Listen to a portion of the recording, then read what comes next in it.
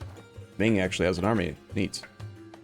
Wait, weren't you supposed to be going all the way up there? Why'd you stop? We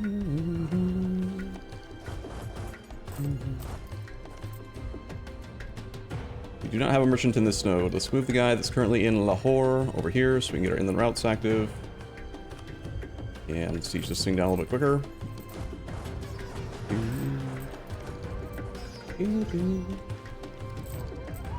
Very excited about getting the next press, the Casus Belli. You can get a half-price Improve Relations guy, or get a general with 4 siege pips. We have no room for generals, and Improve Relations guy is useful because we do currently have issues with aggressive expansion a little bit here and there.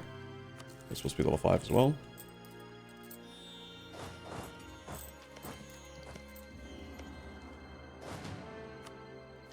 Like, if we go quality ideas next as well, it'll be really convenient to just be able to right-click on armies and say, you know, die. Not think about it. Turn our brains off, right? Whoa, I have... Oh, shit. That's why I have no manpower. Oh, I see. Oh. Whoops. Yeah. Right. I forgot about those guys. You know, we just kind of forgot about the Dothraki. It's fine.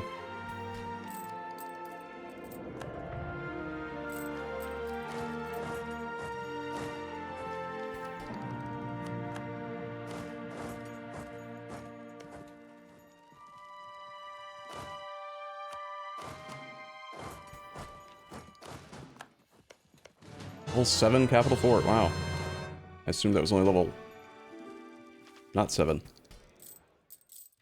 Over 100,000 men sitting in the mountains starving, yeah. Innovative exploration, offensive espionage. Yeah, we did get rid of exploration, and we now have administrative and influence instead.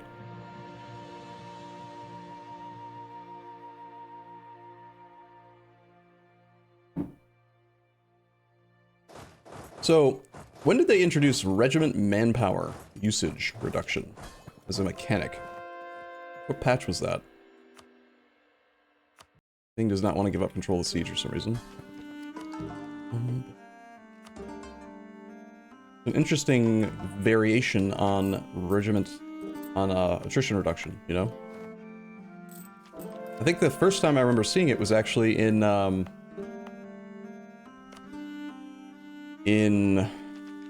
special units, like Rajputs or Samurai or something. Had like one of those guys. Alright, so all we need is for this to finish, which it did. Yarkand, I just need from you 1 province, and then you may leave.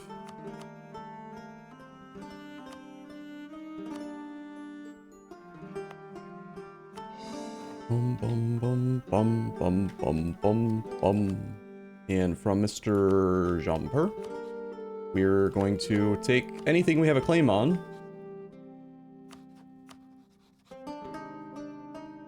Specifically, I want this land.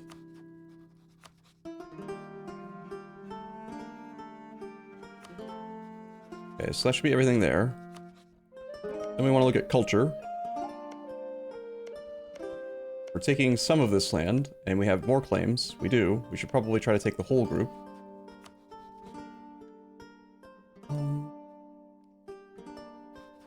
And we take the whole group.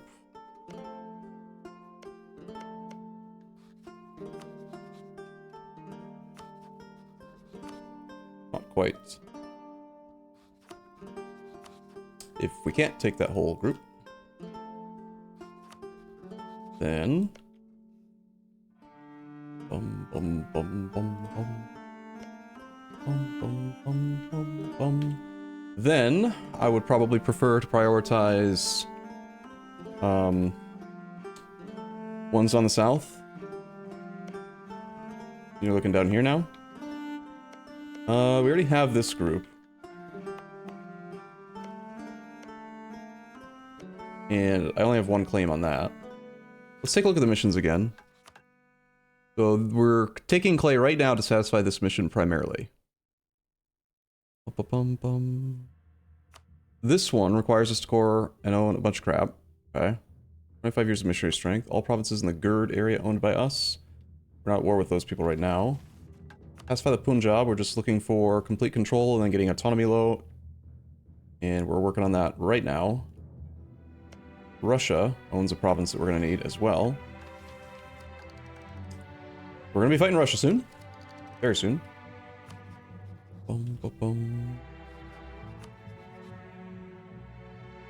I guess we'll take that province because it's got a center of trade.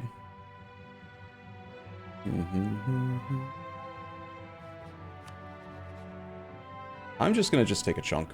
Whatever. Let's not think about it too much. Just take play, you know? I mean, what's the difference, really, in the long run? As long as we have claims on it, it's permanent claims, and, you know, we just take the clay.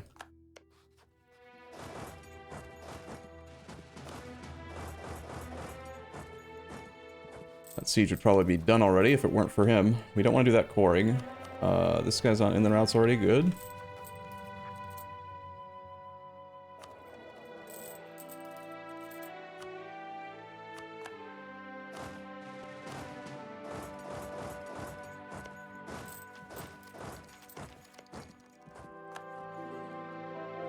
Maliki Scholars has expired.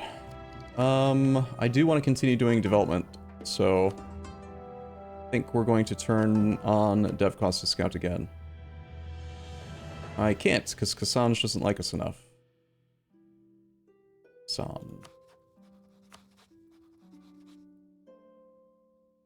Kassange or...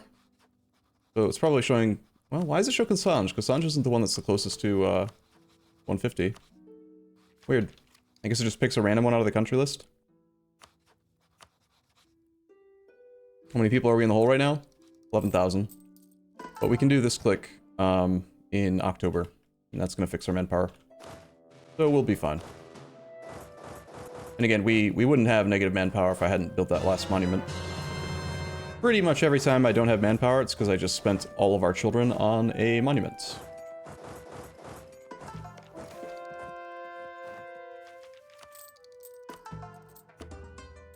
So Ren802, thank you for Twitch Prime. Also Infinity1337, thank you for your 8th month. You've been watching all of the VODs. Ethan the Heathen, thank you for 58 months of tier 2, by the way.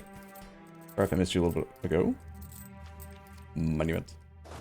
I like having morning voice. It makes it easier to say monument in a fun way. You know what he's saying? You know, Ming, I asked you politely to go away, and you aren't doing it. Oh, now he's willing to. Good. Because look, we have 5-day siege ticks. Could you just get the hell away from us? Thank you.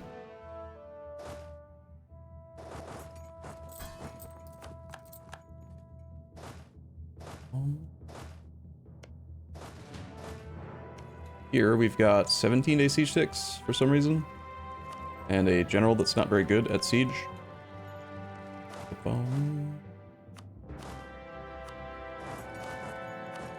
Let's just swap these two guys. Memoirs declared war upon Malala. I should probably check on the culture bank. It's at 3.6%. Okay. Still fine. We're gonna get a coalition, potentially. Admin points right now to reduce AE impact is reasonable, I think. We should have our... Do we have our thing on for AE impact? Yes. AE impact is at -60. It's a pretty good number. We need to get back Central Doab.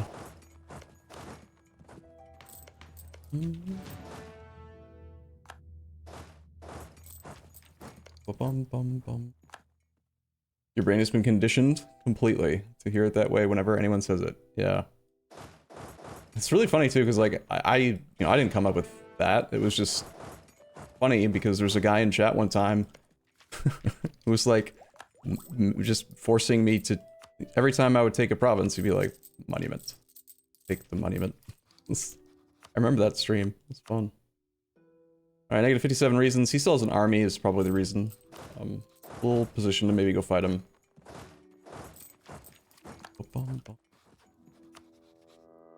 Negative 10.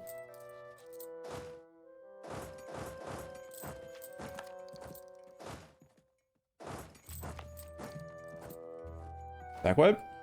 Nice. That should do it. Probably.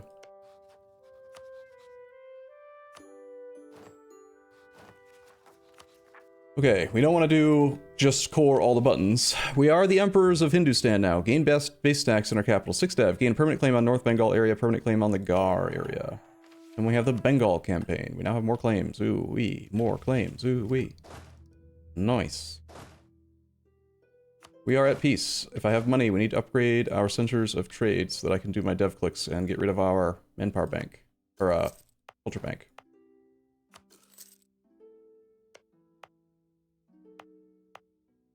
Alright, this province, I needed like 1,000 gold.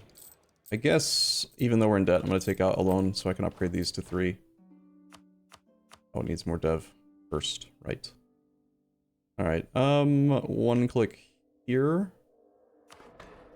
Level 3. Now, Sialcot is super cheap.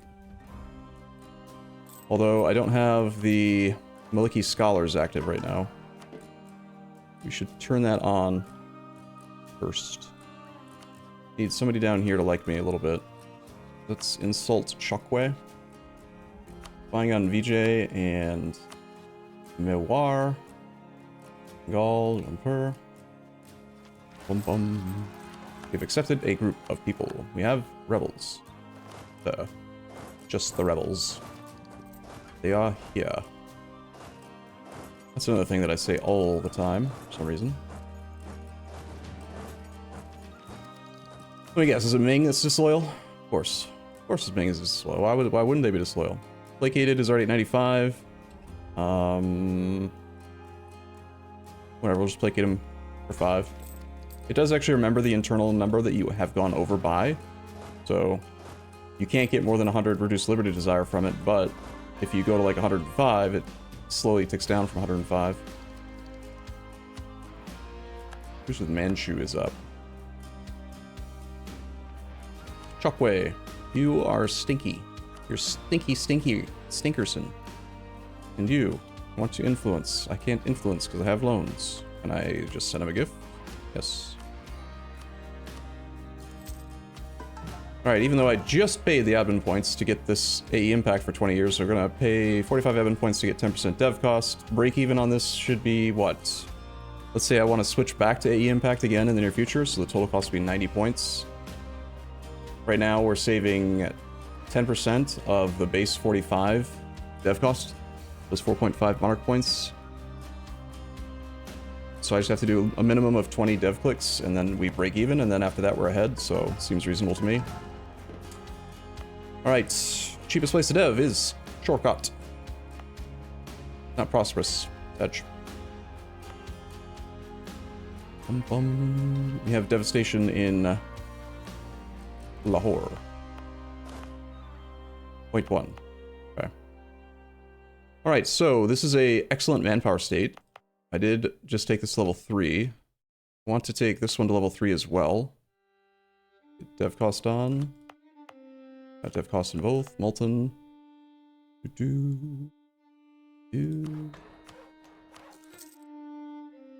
Alright.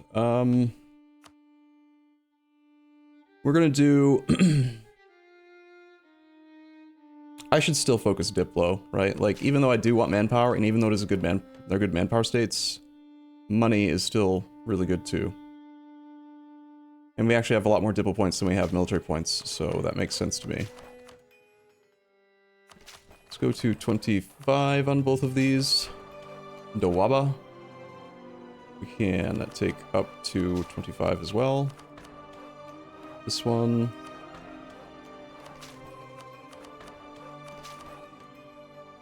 We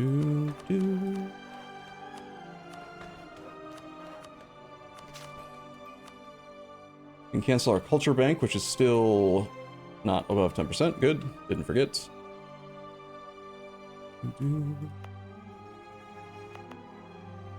This one's not a very good trade good, so we'll probably focus on the military clicks instead. Never mind. We're out of points already. Where's the trade capital currently? It's in Zanzibar still. Although, I am thinking that it might make sense to start privateering over in the Ivory Coast. We could be intercepting gold fleets and stuff like that. We'll probably stop deving now because we need to take tech soon. We have 1% less absolutism than we need. We want to core all the things that... Wait, can we do this click soon? If I wait a year, I could save 5%. Ooh, we also get manpower from that. Sweet. We are allowed to do this click again. And I do need manpower, so... I don't really value the 3 stab very much right now. Up here, this is going to be a trade company as soon as the conversions are done. And they're getting close. Hold off on that.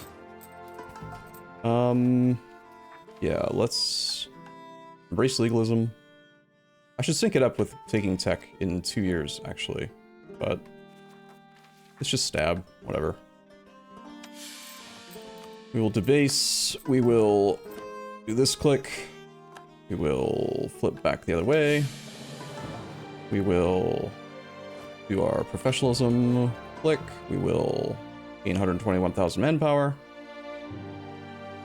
We will turn off this. We will go back all the way to negative 100.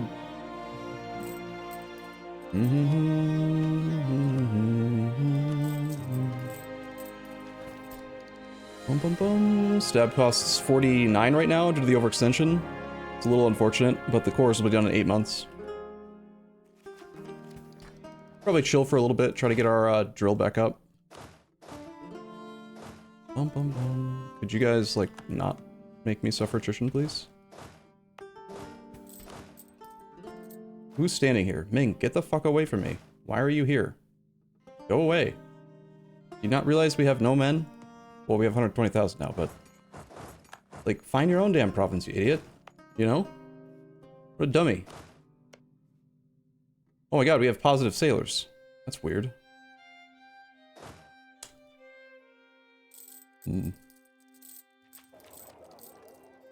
Why is it always in this game that when you go for world conquest or similar that Russia and the Ottomans are totally OP? I mean, aren't they pretty much the same in every campaign? They're very strong, just in general, so...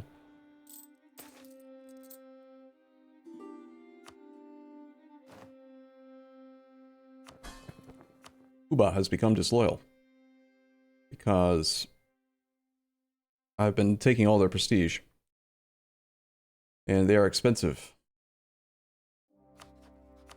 I don't know why you're so mad, dude. Why you have to be mad. We have any armies that aren't drilling? We have a lot of rebel factions built up. Harsh treatment is relatively inexpensive, but I'd still rather spend the points on development and other stuff. Where is this? Izumo. Alright, so it's on our island over here. Let's get this army auto-transported over to here.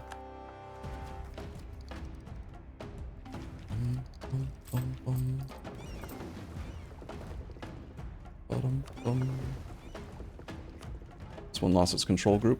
Let's get that set. Let's get this fleet ship back out. Doing a thing. Decline in the Ibadi faith. There are black flags somewhere. Right, we have an army up there as well. Whoops. This one can head over to, like, here. We have to stay out of our subject land, though. We should probably attack the Ottomans, eh? Our truce with Delhi is up in April of 60, in 1 year. We can finish this. Russia's going to join that war, so we probably just do that, and then we'll peace out Russia for that other province that we need, Ladakh.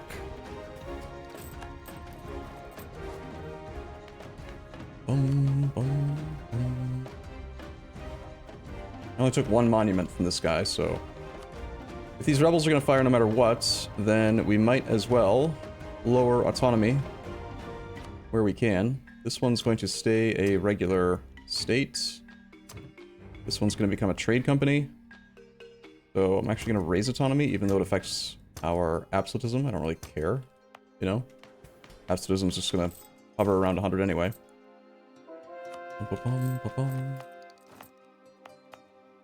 Missionaries are missionarying. Currently have maxed out Pate, because I was hoping to take tech. Slowing down the missionaries a lot, but it's okay.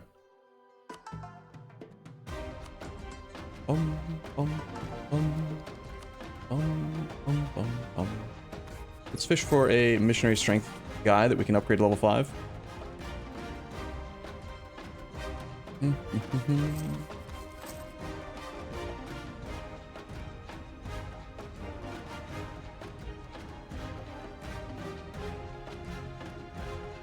Keep on getting unlucky.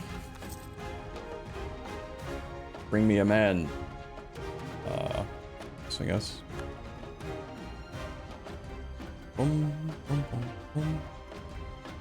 Finally. Is there a policy that I can turn off that would be... I guess the admin points are fine. Uba, you need to like me, dude. Stop being mad. I don't like that alert. It's annoying.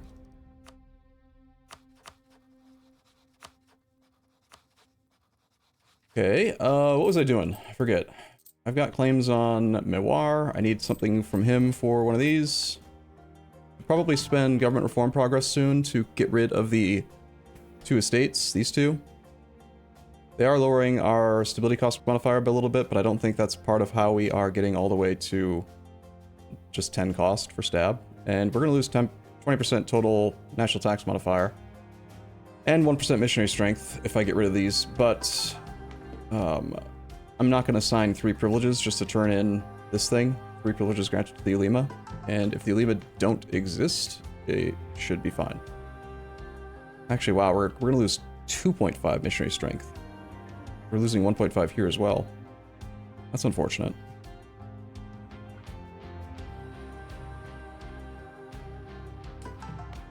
Bum, bum, bum, bum, bum, bum. War score is the issue for expanding. Yeah, we generate plenty of points right now. We're gonna take tech in a year and a half, get access to furnaces and whatever. It's about winning wars quickly now, and managing aggressive expansion and stuff. We definitely want to take advantage of our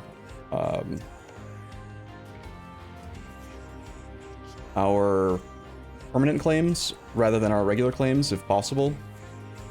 This guy makes us fight some randos. I want to clean this area up. The thing about cleaning the area up, though, is that it's just so much simpler to wait for imperialism. It's like, yeah, I could do this right now, but in like 13 to 14 years, we're going to have imperialism, and then all of these wars get so much simpler to do, you know?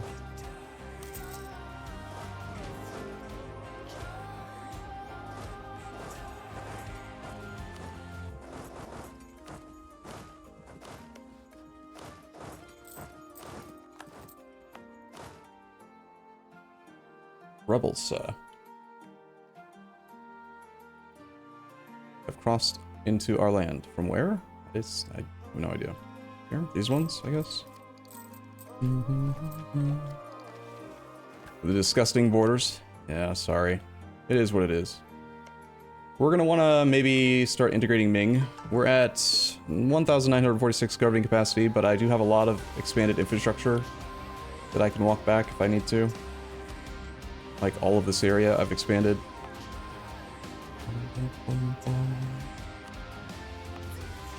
Not dubbing here anymore.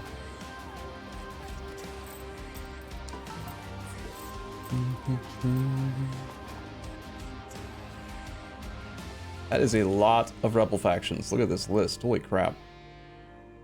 Wow. We have unrest everywhere. Why are they so mad? We're cruel, overextension. We have discontent zone, because we always do. We had a valid rival earlier, but now we don't, apparently. You know it's going to be the Ottomans or the Russians who are doing all this discontent sowing. Such a stupid mechanic, to be honest. Like, it doesn't actually do anything except for annoy you.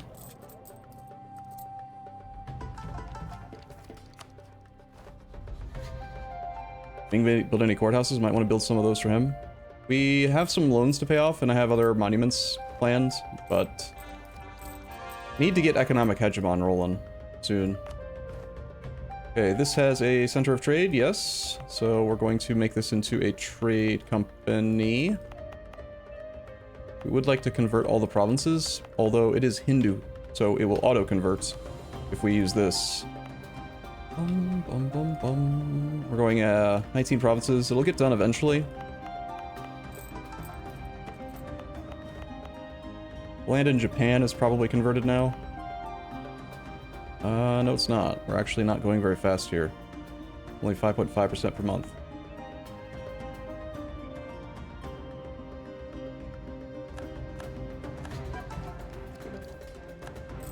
Starting to feel like we probably don't need religious ideas to do this achievement. Alright, any of these states not have stuff? That's gonna be a full state. This is already a trade company.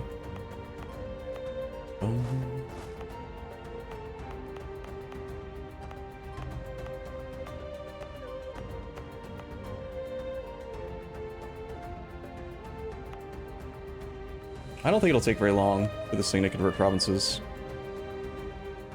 How fast does it go? 3.2% per month? It's kind of slow, I guess. Ultra Bank, we already pulled it back and did dev clicks. Crown land should be quite high. We're at 62% now. We have more max absolutism, which means we could turn on another privilege if we wanted to.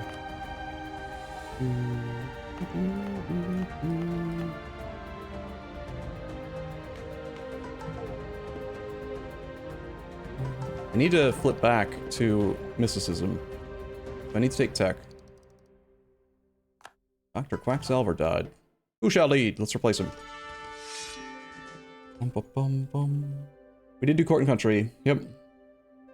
I still think that it's stupid in general when you have a strong and powerful country, but nice roll. Holy crap. But we did it because the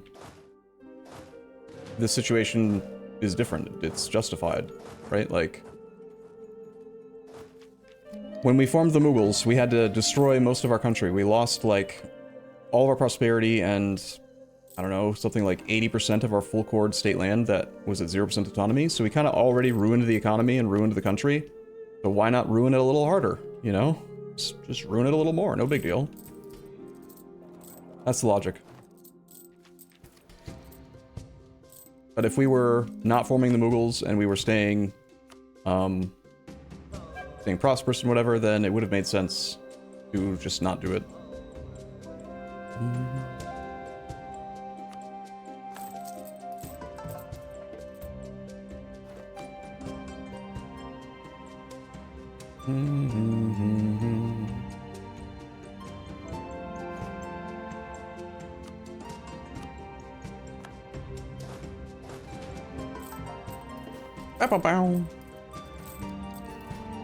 Alright, there is our click. We're gonna switch back to core creation costs minus whatever percent.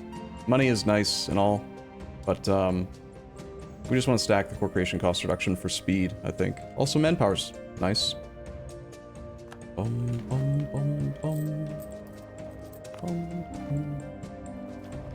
So I guess we're just kind of chilling until January, and then I'm going to get started on the next couple of wars.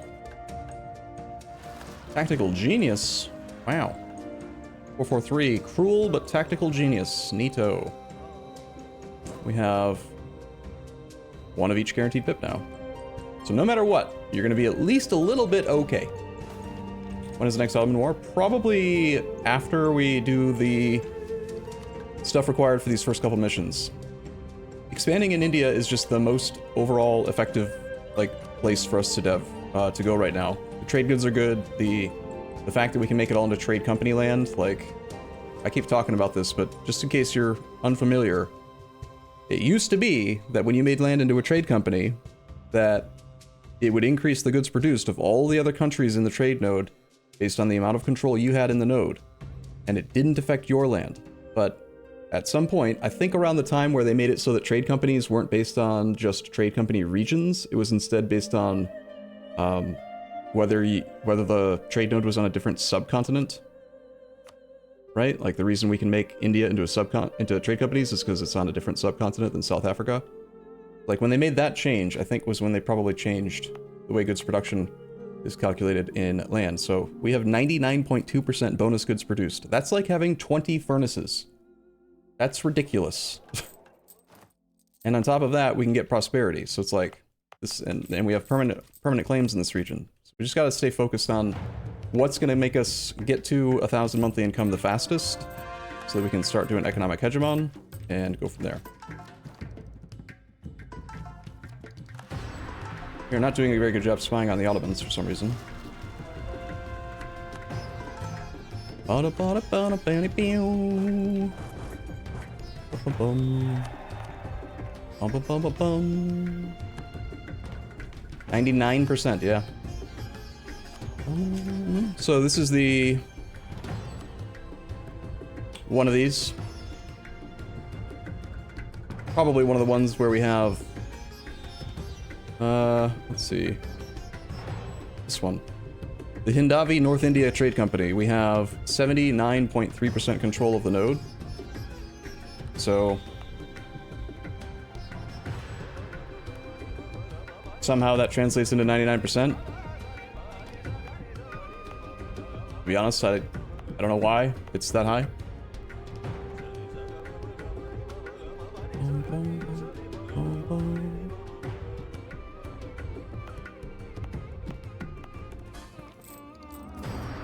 Rebels in Japan? Ah, thank you.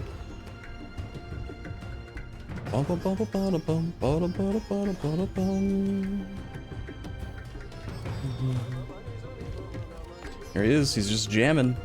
Banger. Could you, like, not be mad at me? You're pissing me off. Disagreeing advisor. Lose prestige. Gain admin points. Sure.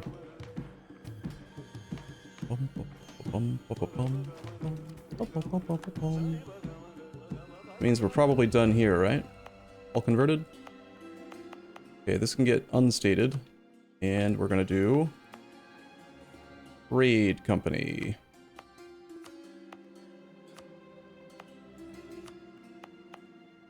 In this state, we'll do that building. We can upgrade this level 2.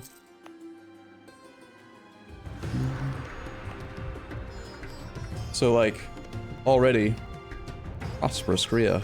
Already, we have goods produced plus 10.7%, and now with just one more trade company in this node, it will jump on the monthly tick from 10.7 to 26.2.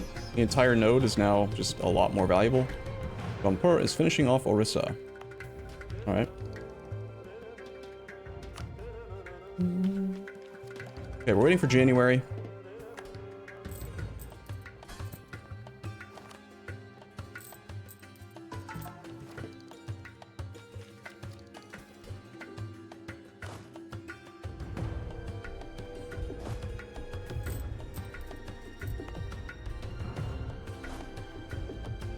Don't have enough generals.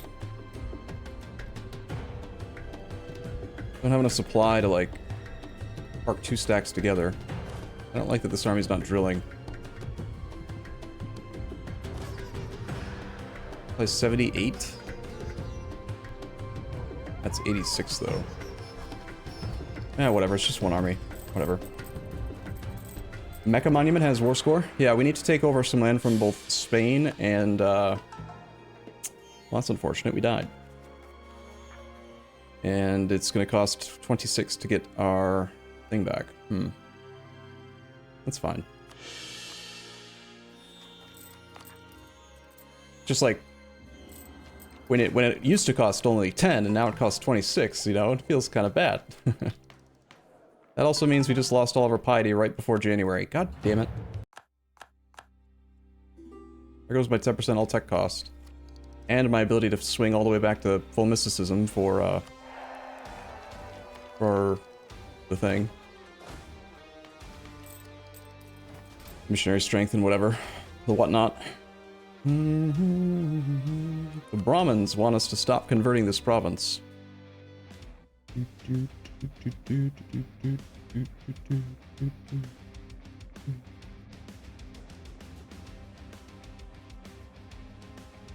But why, though? This guy wants us to vassalize Congo. We already control some of his land.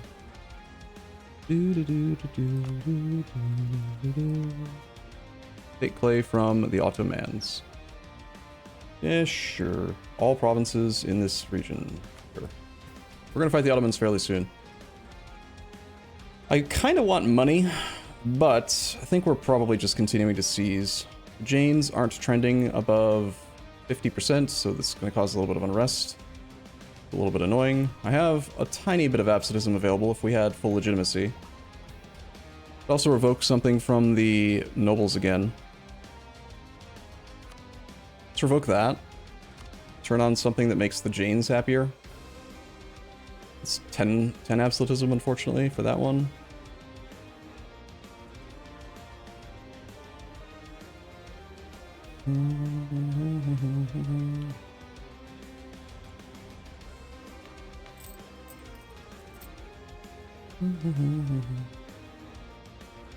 I'm not sure why I'm looking down there. I need to find one that actually gives loyalty. Let's just do private trade fleets. I'm gonna wait until they're above 50. Shoot, they're at 49.5% equilibrium. Well, if I could get some more prestige, it would be fine, right? We've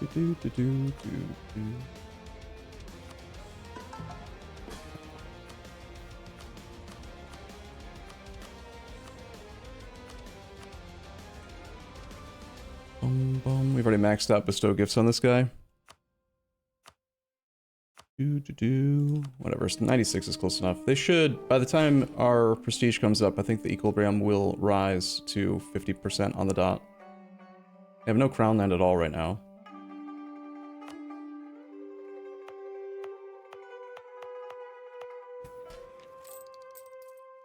Well, I was hoping to get discounts.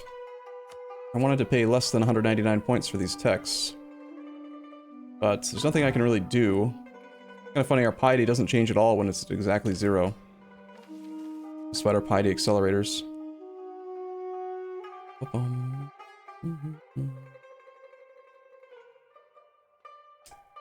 Stab is really cheap. Normally I was not like I wanted to consider this thing at all, but we can get stab costs down to 10 when we're not in a regency, so how long is the regency? Aw, shit, it's a long one. Is this one of the types that I can't declare war with? No, good.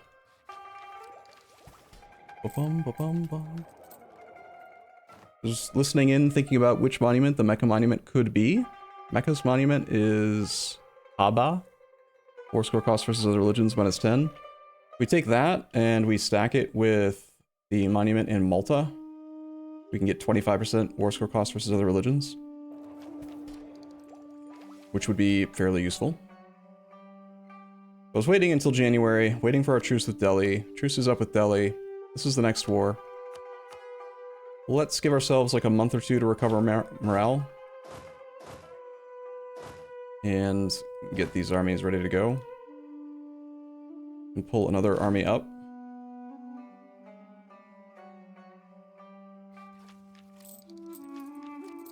We just take tech, not worry about the fact that we have no piety. Probably, right? Ugh.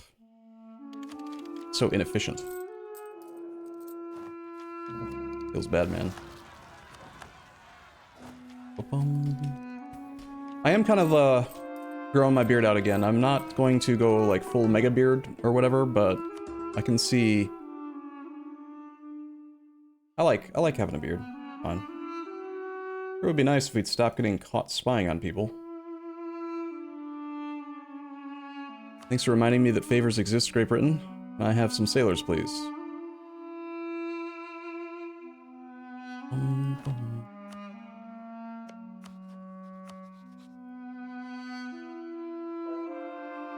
Portugal's at war.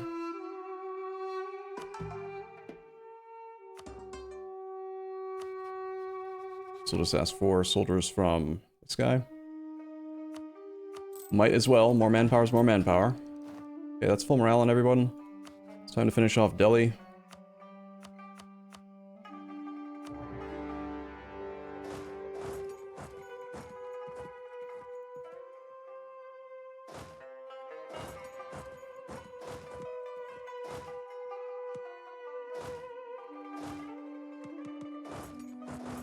See, he does have those.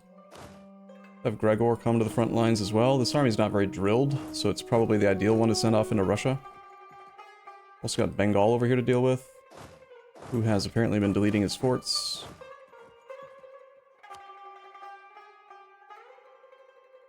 I have no access, apparently. Wow.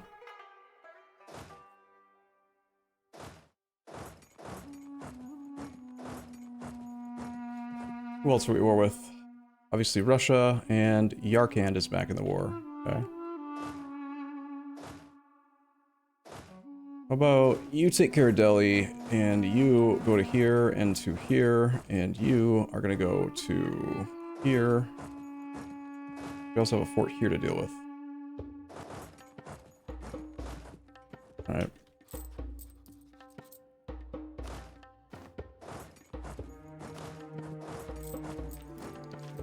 There's our tech.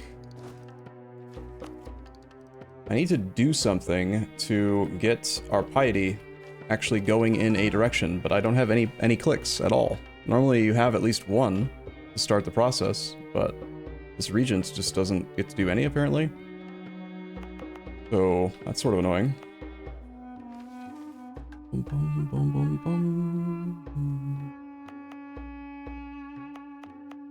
Alright, this is a trade company state. These were both converted, so these can be added to the trade company. This is a non-trade company state. Let's go ahead and full state this. This is a trade company state. We're just waiting on conversions. Yes. Broken von Kleidson, thank you for your Twitch Prime. How's it going, man? Estate privilege? Which estate privilege? Also, I was waiting for this to be at 50% so I could seize land, but then I declared a war. Whoops.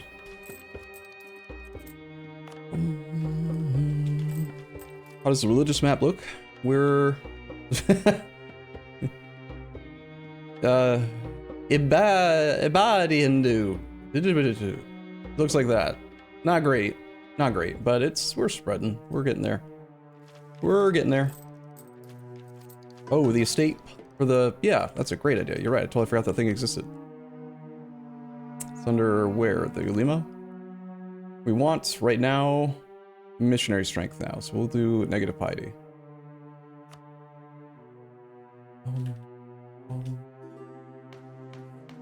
Can't believe I totally forgot about that thing.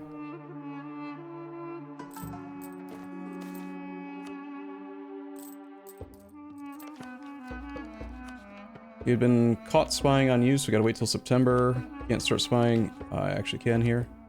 Ottomans have Janissary Rebellion.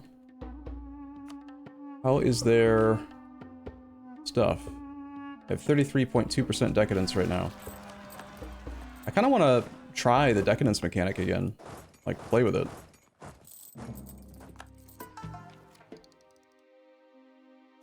We must have too many relationships again.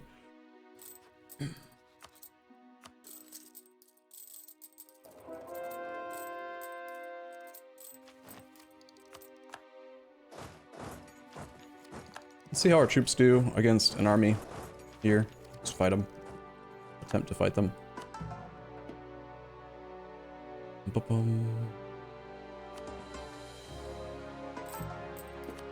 Probably some... This is going to be trade company land, probably.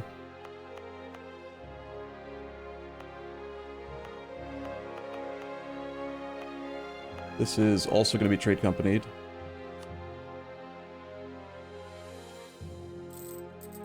It's a lot more micro to do the trade company stuff, like, optimally now. Hey, there's a good move toward one or the other. Let's keep going towards mysticism.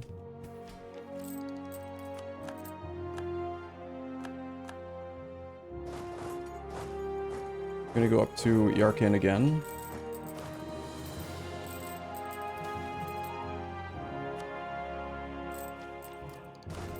Do our troops fight good? Only a 4-4 general. Just the fact that he can't reinforce very much means we probably do fine there. Or maybe not. Maybe we suck and our artillery are in the front row. Neat. This is why we need, I think, one more idea group in the military category just to make our troops actually fight good. That or like go conquer the rest of Japan so we can get, what is it, combat ability from them, I think? Japanese? No, it's morale of armies. Would be nice. Where in the hell are you going?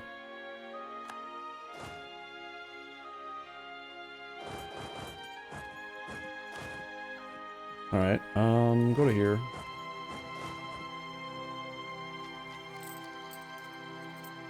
Still waiting on that quality? Definitely thinking I'm gonna go quality next. I can ask for access through the Ottomans and they'll give it to me even though they're our rival. Interesting. Somehow Delhi's still managing to afford multiple level 6 forts. He doesn't have one in his capital though. Alright, Bengal. I don't want to take clay from you right now. Unless... could return these last 2 provinces to our subject. He's a non-co-belligerent, and we do have to worry a little bit about aggressive expansion, but...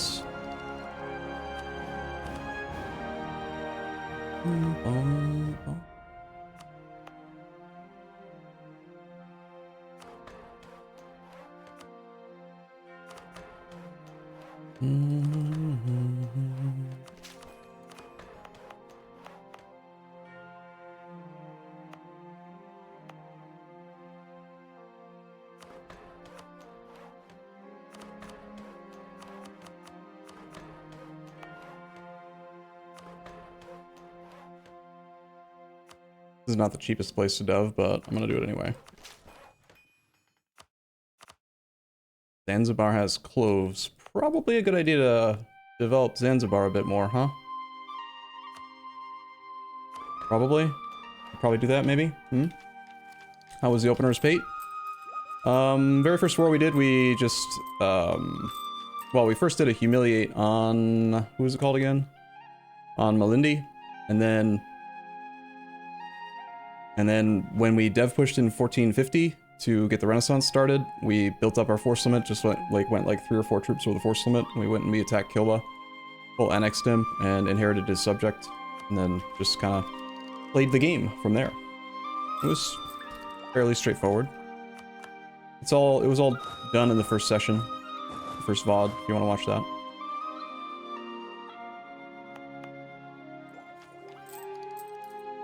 Let's make sure that we've got our missionary things working again everywhere. We're allowed to. If it's needed.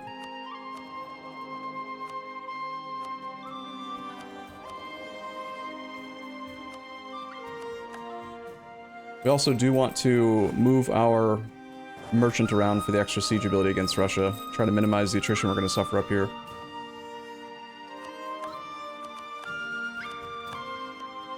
Game's feeling laggy all of a sudden. Still doesn't want out of the war, even though I don't want any land from him.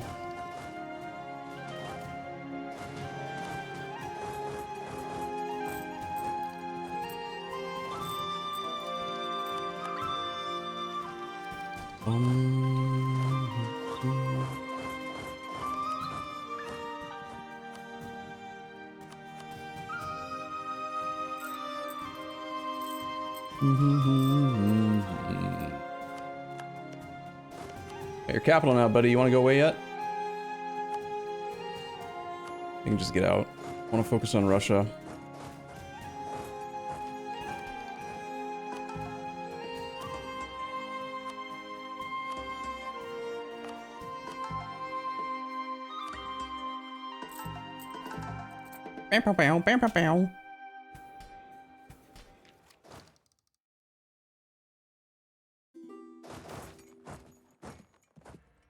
That's a lot of money.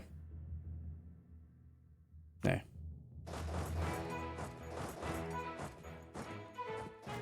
Arakunlu, we were looking to maybe vassalize Kara. So, actually I will do a royal marriage to him. I have him guaranteed right now. I need to improve relations with him and get him vassalized. There's a lot of different directions that I've gotta remember to click things and do buttons, whatever. Words. Mumble, mumble, grumble. Grumble with words. Alright, we want Bengal to go away soon. He says, nah. He says he don't wanna. But he's gonna. Whether he's gonna wanna or nana. Gain a half-price double rep guy, or don't. Let's don't. Let's also revoke the thing from the Ulima. So we actually are trending upward on our thing.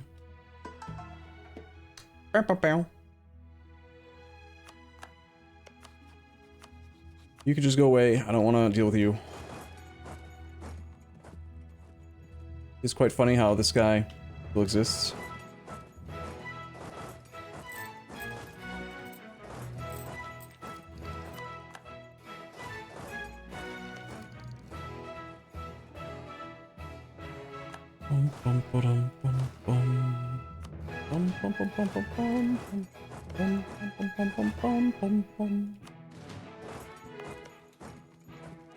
Let's do this.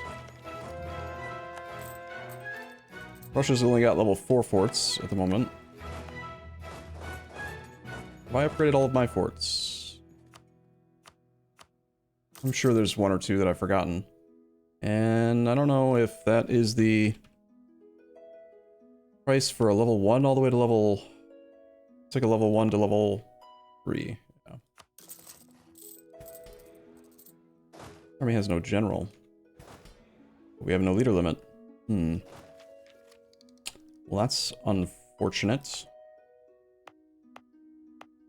Converted. Not yet converted.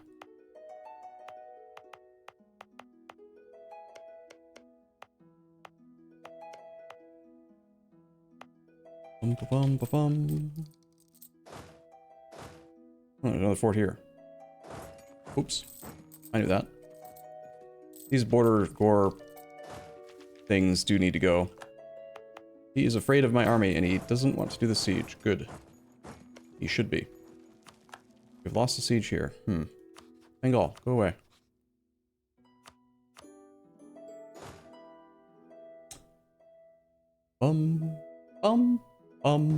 How is zone of control over here? Not great. I want to take over, like, this hill area so we can build forts up there. It'll probably be the next war.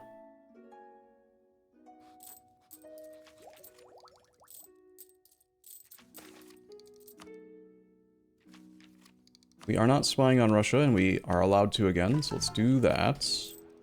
We are actually fighting some Russian soldiers. Intercepting whatever I can over here seems reasonable. He's not, like, grouping up to fight me, it feels like, so... That means he must think that we have a advantage. Okay, we got your fort here, so... We're going to... do this, and then we're going to try to double up on that. Combat width is currently 34. We're using 18018 stacks, so that's 36. So we do fully field the entire combat width.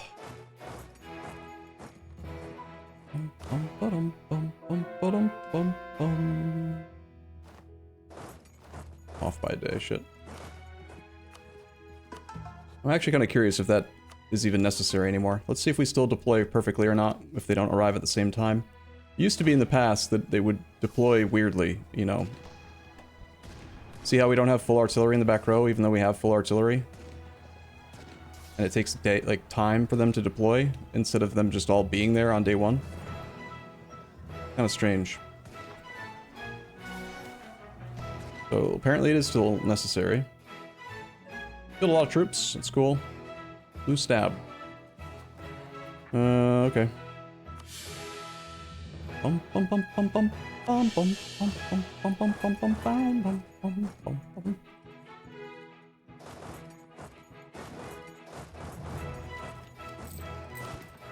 Backing into the mountains with a crossing penalty is maybe not the smartest location to fight.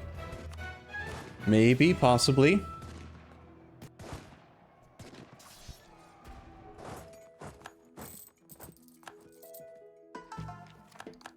These soldiers seem like they're made of paper.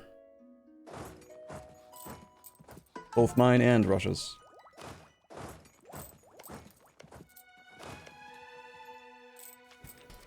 Okay, let's see. We're down to just Delhi and Russia already. Honestly, we should probably just start rushing down the Russian forts.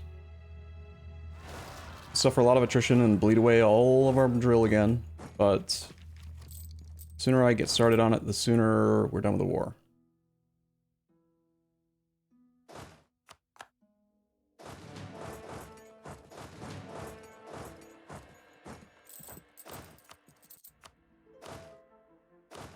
You can go back down to here. You are going to run all the way up to there. I do need one province from Russia, and I would like to continue to try to cripple him economically. How's he doing on loans? He has no loans. Ottomans have 12. I just see separatism? 20% morale of armies, ooh. Where is this rebellion? Is anyone paying attention? Somewhere I have rebels. Ah, there they are. They're causing separatism.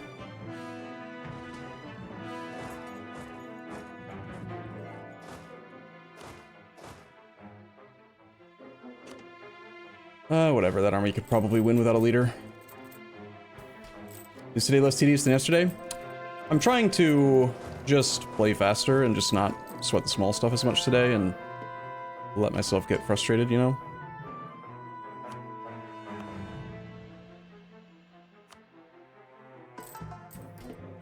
We are not in debt. We're debt-free. Someone to call Dave Ramsey. Also just trying to focus up on getting the missions done a little bit faster, you know?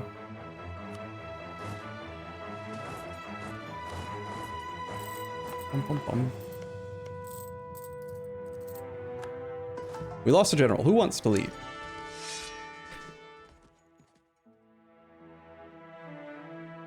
Humbles like paper when we don't attack in a -3 terrain modifier. That's why we're going to go quality next, I think. Then we can just attack into the mountains and not even pay attention to terrain. With quality, we'll have, what is it? 25% infantry combat ability, 10% artillery combat ability, 5 more discipline, and anything else? I think it's just those things mostly. A little bit more army tradition over time. We're not going to use the cavalry. We're not going to use. We don't really care about the ships, but the ship stuff will be kind of useful as well. And other policies, we're going to have. Oh, interesting. I didn't realize there was a minus annexation policy with influence quality now. I have not internalized the changes that they've made to policies since the addition of the new ID groups. Apparently, I need to get good, start practicing, learn the game. Alright, Russia, I just need this province, and I need you to give me all of your money so I can build monuments, and I need you to give me war reps. So when you're willing to do that, you can go. Otherwise, we're going to devastate your country. He does have prosperity, like, everywhere. Kind of nice to, like, really wreck him and occupy everything, but that's so much micro and work to occupy his whole country, you know?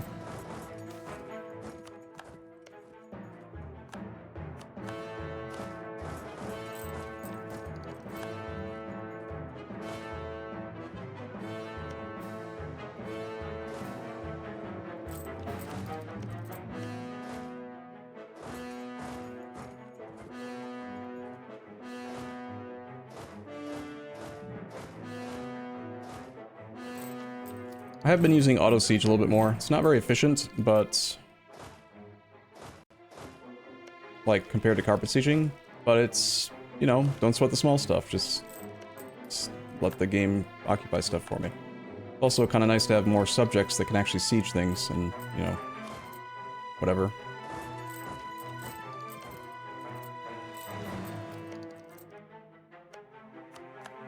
I have been completely lazy and have not been moving around my merchant to gain siege speed. Oh, we can't reach the Novgorod trade node right now anyway. I guess that's fine. What do you think? Would Vassal Storm speed up world conquest with helping sieging, or would it slow it down? It would help with occupying non-forts. It would hurt with occupying regular forts, just in terms of micro, because we have 65% siege ability up to 85% with a full spy network. Our subjects won't, and it still uses... Okay, I said I'm trying to not sweat the small stuff, but this is another one of the things that's just still always bugged me about EU4, is that if you've got multiple armies, everyone knows this, if you have multiple armies doing a siege, and there's a leader with 2 siege pips and a leader with 4 siege pips, which one does it use? Does it use the 2 or does it use the 4? Does it matter what order the armies arrive? Does it matter if it's multiple different wars? Does it matter if it's rebels? Does it matter if it's... None of it matters, right? It just always uses the best leader siege value that it can. Right? Because that just makes sense.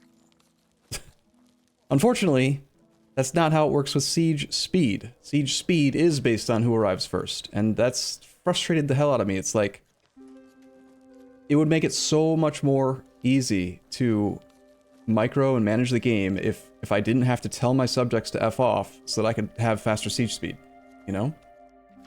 I just think it should use the highest one, just like it does with the other stuff.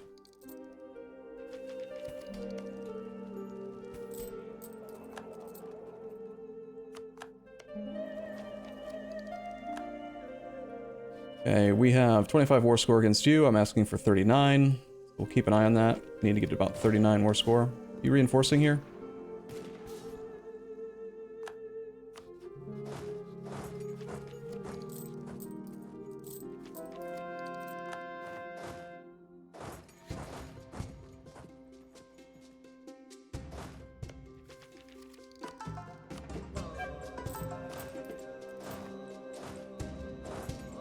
Those two armies stay together. An 18 stack without a leader is not very safe. It is annoying to look through the list of subjects and toggle Z's. Transferring occupations and stuff, you mean? Or toggling, like, here? Is that what you're talking about?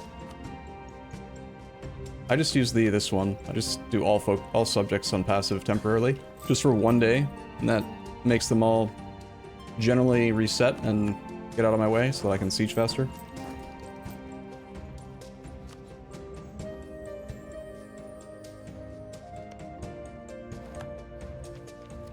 No, not my innovativeness. Oh, we have a lot of admin points again. Shit. Need my clay. You go on to auto siege after you finish that. You can as well. This army can come off of auto siege and go fight that stack. You guys can go fight that stack. We're the defender in mountains behind a river with a 2-6. Let's upgrade that to a 4-6.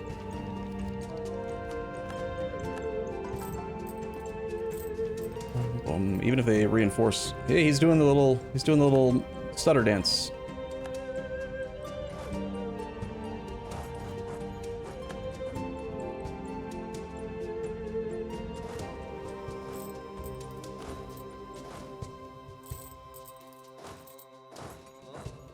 It'd be nice if you could do something like this. Like, I want this army on auto siege, but I want to prioritize this fort first. I can tell them to be on auto siege and eventually they'll get it, but if I tell them to go there, I can't turn on auto siege until, you know what I'm saying? It'd be convenient if auto siege was just like I could like, still tell them a command, like go here and do this, but yeah, I've been I mean, this isn't the first time I've mentioned how much I would love the ability to tell an army, siege this province, then siege this province, then siege this province. Like, imagine if at the start of the war, I could just have this army and say, okay, your job is to go to this fort, then this fort, then this fort, then this fort, then this fort. Okay, I'm done. Now I'm gonna go pay attention to the actual battles that matter, instead of having to issue every individual command. Because you can already tell an army to, you know, go here, then go here, then go here, then go here, then go here. It's not that big of an ask to say, while you're there, could you siege the province? You know, like, it seems like it could be a reasonable thing to have in the game, doesn't it? like, the argument against it would be that, like, the generals need direction from the leader of the country, and that's you, and so you can't give them more than one command or something to communication time or distance or something. Never mind the fact that generals can teleport from one continent to the other instantaneously, so communication's not really a legitimate argument against it, but, you know. But I just think that they should be able to. You have too many admin points. Probably the best thing for me to spend admin points on right now is to continue to expand administration in land that we are intending to, expand infrastructure. I always say the opposite of what I mean there.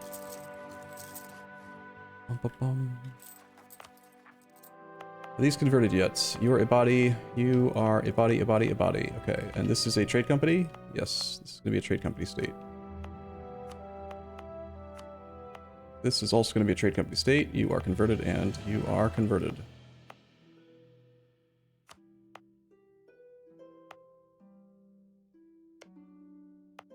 This is a non-trade company state, and it's already stated. Yes. Okay. You want me to make this into a state, which is a... This is going to be another trade company state. We were waiting on conversions. All the conversions are done. So we can trade company here. This is another really good manpower state. 5 provinces, all flat terrain, really cheap to dev, but got a center of trade, so, you know, we gotta make it a manpower state. Or sorry, a trade company state.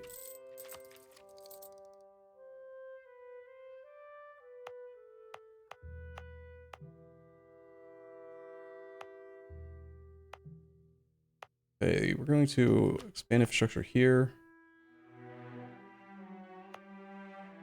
Without the missionary strength, I think it's still pretty fast. Do a couple admin clicks here just so that I can do this.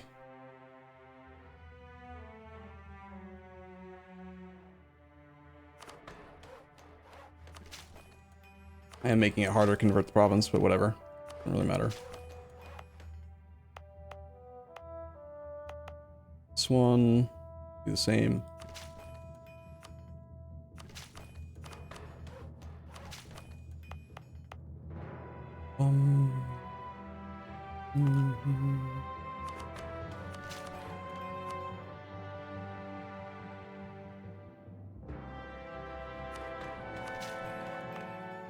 Even though I'm focused on focused on dip, like, we are actually, we have like too much core cost reduction now.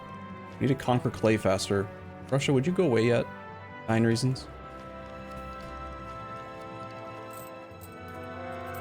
Doesn't auto siege already exist? It does, but let's talk about, like, it's the game's implementation of auto siege versus what I'm suggesting. Auto siege, you can use it in a couple different ways, right? So if I turn this off, it works just like rebel suppression, right? You can turn on auto siege and then mark lands like, I want you to siege this state, this state, this state. And that does work, but it doesn't prioritize the forts. It will siege down, you know, the individual provinces first, or in a weird order or whatever. And you have to deal with the fact that the army might think that it's not safe and it won't go there, even if you want it to go there because you're willing to do the risk. So what I'm saying is, like, I want to be able to tell them to go to this province, just like you issue a regular command, and siege that specific province, then go siege this specific province, not the states.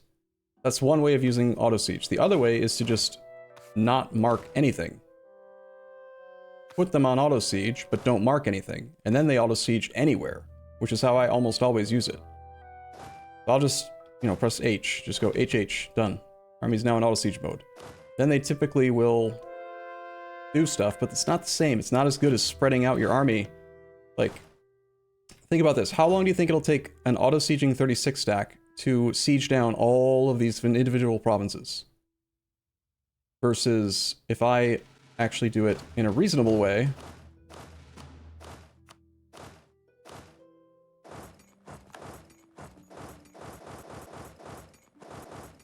this is going to take like a couple months, you know? And we're going to suffer a lot less attrition doing it.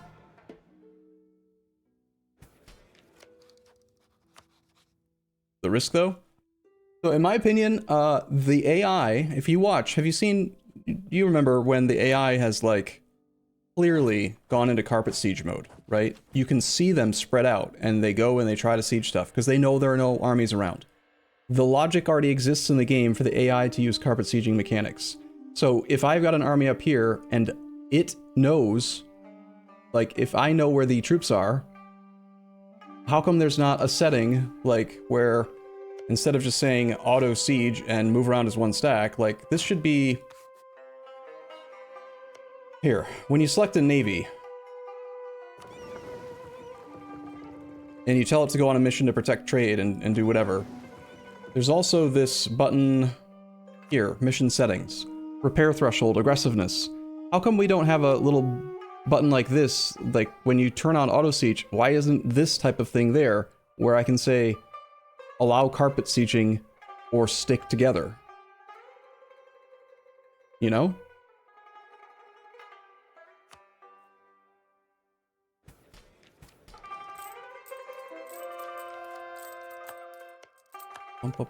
I mean, that's asking for a lot, but I mean, it just make the game a lot more less micro, a lot fewer clicks. Back when the game first came out and there were like, you know, 1/10 as many provinces in the game, individually ordering an army around to do sieges and stuff was a lot simpler. Now there are literally 3 minimum provinces in like every state. I think there's a couple states in the game that only have 2, but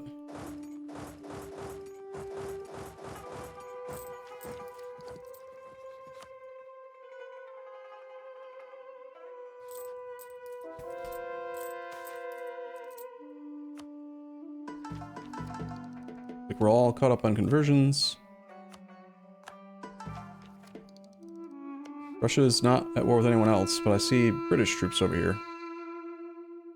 No, Danish. Why are the Danish here? The Danes are on vacation in the province of Mologa. -5 reasons for peace. Is there like just a battle I can do somewhere? See, like, I've been fairly careful with the war with Russia, but we've lost 181,000 troops to attrition, mostly because I'm just not willing to carpet siege, and these stacks are moving around in auto siege mode, but 4.2% attrition, man. I do have full defensive ideas, but even once the provinces are occupied, we're suffering a lot here as well. This is another one of the disadvantages to auto siege, like, he's trying to auto siege, he's trying to auto siege. What are you doing? It's already being sieged. Why are you going there? Why? Why make the entire army suffer 4.2% attrition? You know? Not the smartest. The system leaves a lot to be desired. Peace out now and save some stuff. We lose like 1,000 gold though. I think we're gonna wait a little bit longer.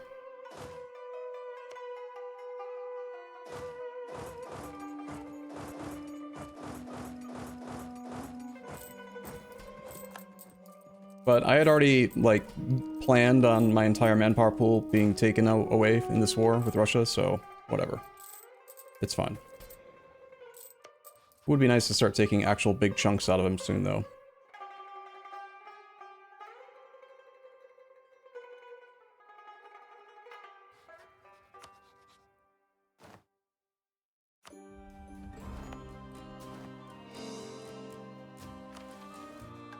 Convert to Sikhism? No, that would stop our achievement. Okay, have you.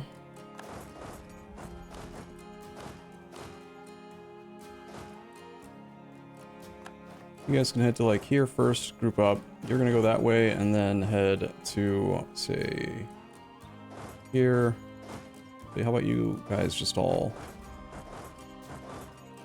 head down here.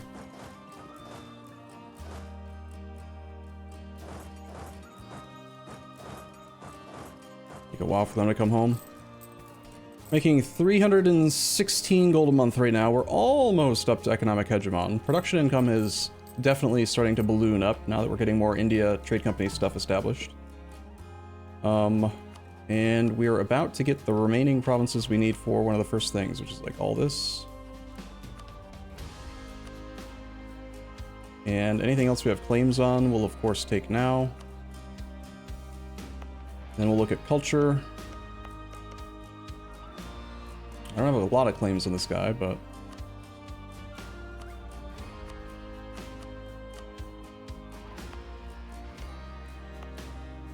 we'll pay a couple dipple points to clean some of this stuff up.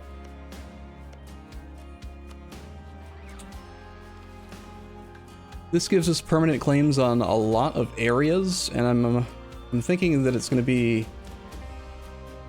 in these. Can I get this mission turned in? It needs to be owned by us. All provinces in the Kashmir area need to be owned by us. That one doesn't require the autonomy to be low. It's the Sirhind area. It still needs to get lower autonomy. And we're about to take the last province here. This one's at 35, 35, and 49. This is where I accidentally increased the autonomy. But it expires in just like 3 months, so we can lower autonomy. And this will be part of a new state. We should be able to lower autonomy there right away. I think we can get the mission turned in. So if I want to take the land now, we pay dipple points, but we have 10% reduced unjustified demands from innovativeness and 50% from influence. Altogether, we're only paying like 40% of the dipple point cost to take land. It doesn't affect aggressive expansion at all, it's just more dipple points, but it's a pretty good bet that we're going to get permanent claims on any other land we can take from Delhi right now.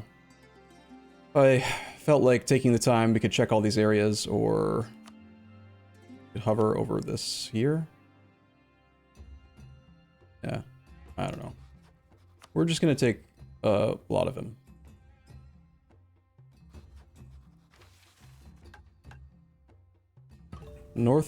Southern Sind, Northern Sind.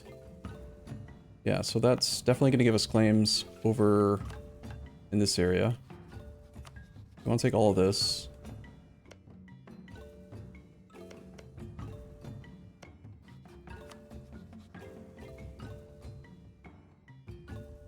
It's unfortunate that I can't eat all of them up here.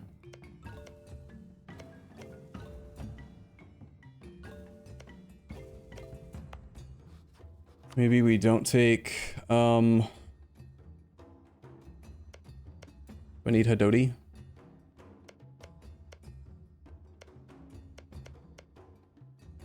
I mean, I do, but I kind of want to clean him up north. People will be a little bit mad. This is fine.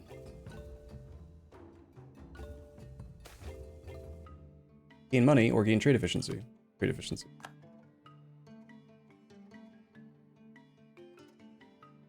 Alright, right now, we have our Maliki Scholars active. Is it worth 90 admin points to save 10% aggressive expansion?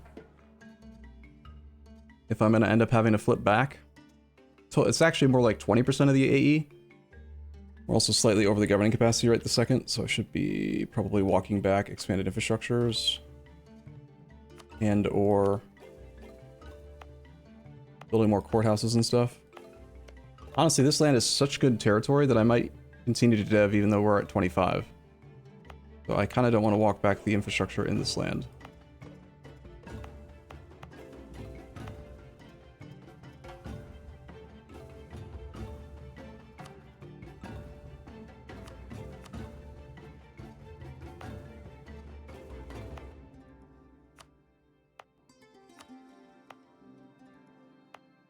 Also, I definitely want to dev the Zanzibar province. Look at this, 0.4 monthly income just from a single dev click here. Kind of a lot. Cloves are pretty good, apparently.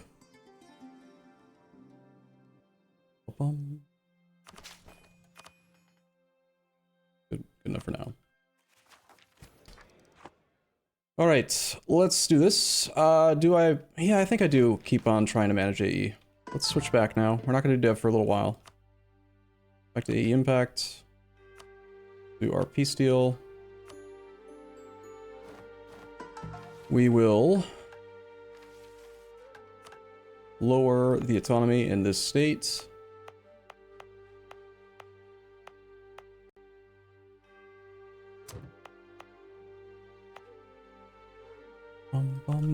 This should be a trade company, but we needed the autonomy low for the mission. This one is, we're just waiting for February 65 and then we can lower it again. Okay. We have assimilated the Hindustani people. Core creation cost minus 10%. Yay. That's our first fully assimilated culture group. We have a total of minus 65% and permanent claims take it to 90%. We also have room for privileges. We have a little bit low manpower. Let's go ahead and turn on this again. Actually, I wanted to seize land.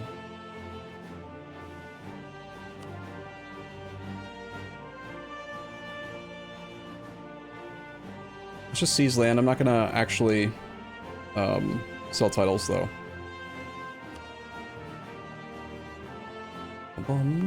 Burn all tax dev.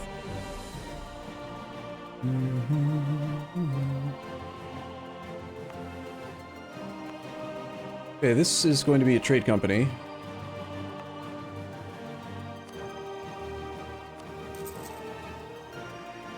Let's just upgrade this. You just want to exploit tax dev to reduce the cost and allow us to dev the Diplo dev more. At a slightly more efficient rate. It's sort of reasonable, but we're so close to 1,000 income right now, I just want to keep all of our dev as high as we can. What else did we conquer? We got Chittor. Chittor is not Ibadi yet, but it is already part of a trade company state.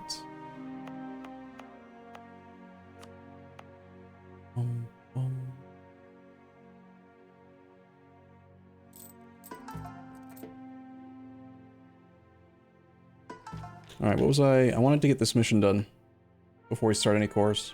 We're just gonna sit for 3 months.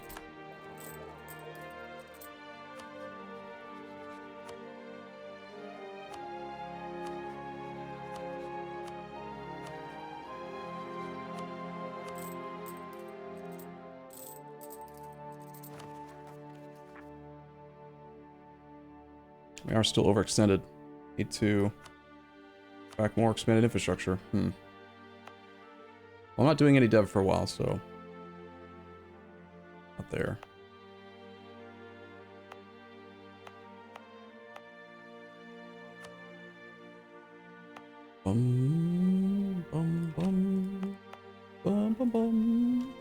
Do courthouses. I should hold off because it might build them in the land that we need to core. Just wait another month. Burning all tax dev is also a reasonable thing to do if we're having governing capacity issues. Well. Alright, we should be allowed to lower autonomy in the Sirhind state.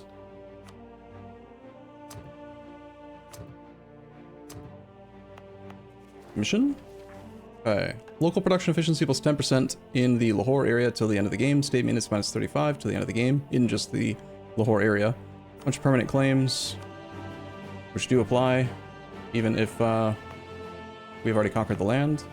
Now we can start our cores.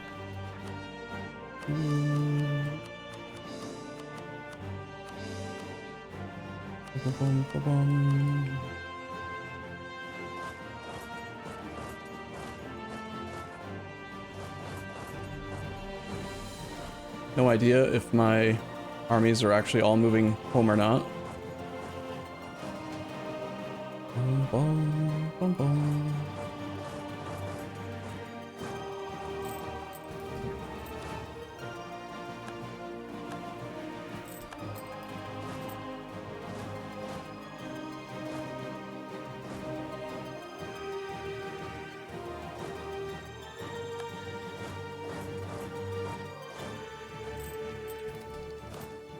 That's another little thing, like,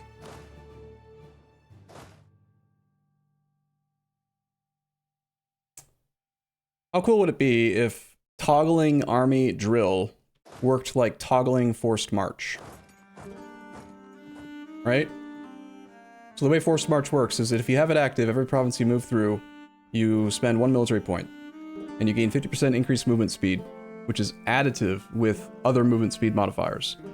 If the army is stationed in a province, morale can recover and reinforcements will recover, but if forced march is on, then, and you're moving, you don't get morale recovery ticks on monthly ticks. I think you might not even get reinforcement ticks, since it specifically does mention reinforcements. So, while you're standing in one location, it's the same thing as if it's off. Right? What if drill worked that way? What if, while you had the drill thing enabled, if you were standing in a single location, the army would drill. But if I issue a movement command, then they'll move. And when they get there and stop moving, they drill. Like, you know? How much more convenient would it be if you didn't have to wait for your armies to come home, individually, all of them, and then remember to turn on drill?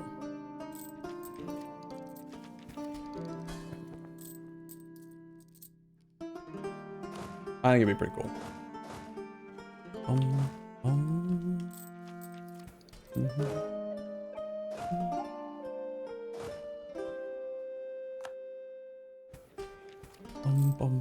No response, Jimmy? You don't think that'd be cool? Not a one of you? Just being quiet, having a lazy day, apparently. Fine. It's fine.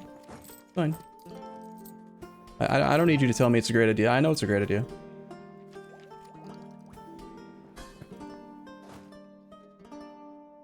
It would be so nice. We have 2 relations open or something? Why is everyone asking for stuff again? Like somebody canceled my military access is why.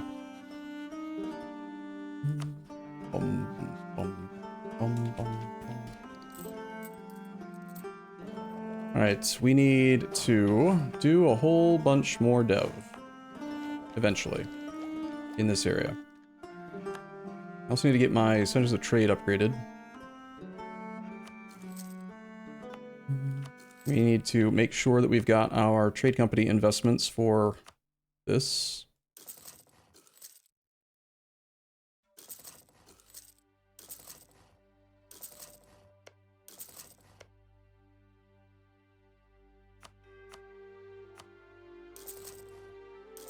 Nice having actual money.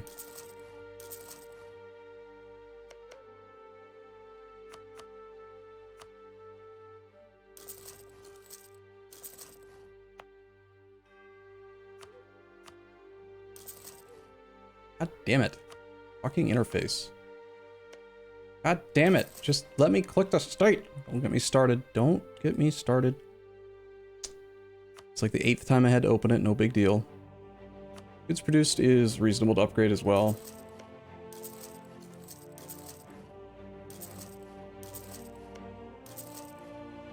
And we have no money.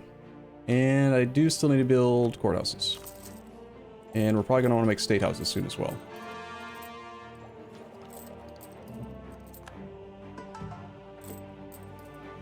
Suddenly our income's up to 824. Very close to getting economic hegemon now. We're in the blobbing phase, that's for sure. We have an income of 824. Next closest is Ottomans at 400. Did all of our armies get home? Everyone's drilling except for you. And this one doesn't have a leader. But I don't have any leader slots. Ooh, we have an idea group coming up. Nice. We also have the 2nd level town hall. See if there's anywhere else we can lower autonomy.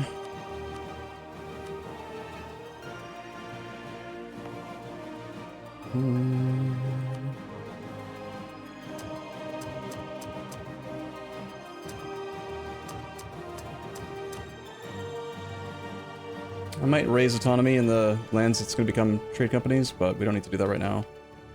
The tour can be upgraded once we have 10 dev here. It's not very good trade node though. Or trade good, rather.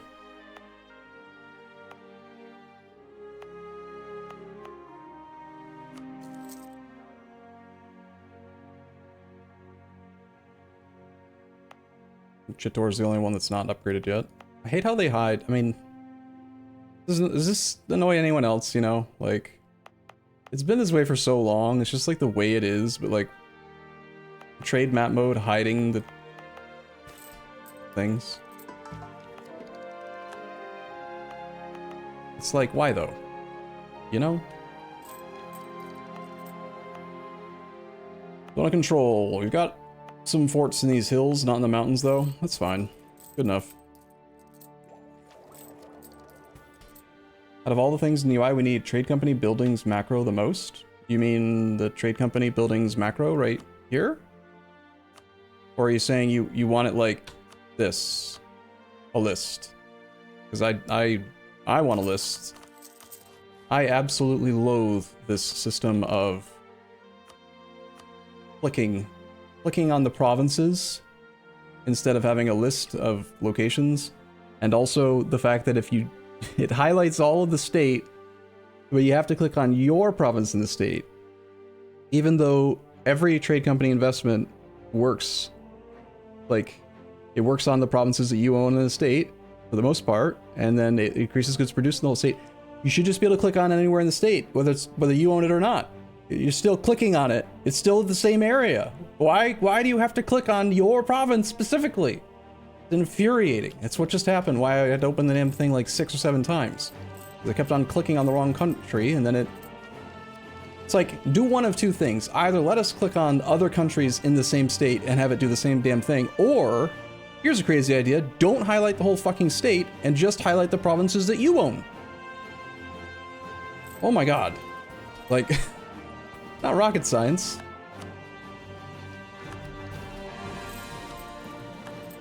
Hey, suddenly we have money.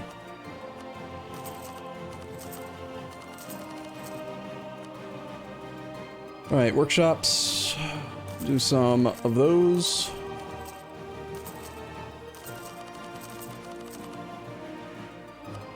Trade depots.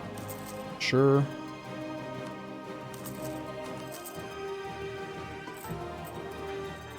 Should make sure to actually be building trade depots in the every province in the trade company land, because the trade company land has the extra raw trade power from the company depot investment, and it will increase overall goods produced if we do that. Can be made into a state. Yes.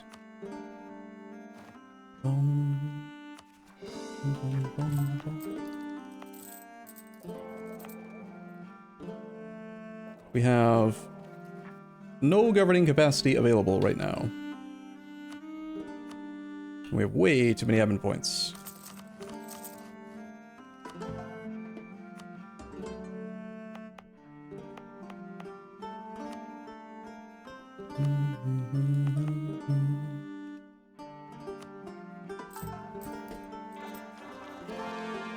If you owned every province in the state, it wouldn't be a problem.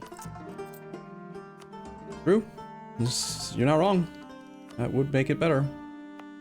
But sometimes you just want to snipe the centers of trade, right? We are now trading in tropical wood. Ooh-wee.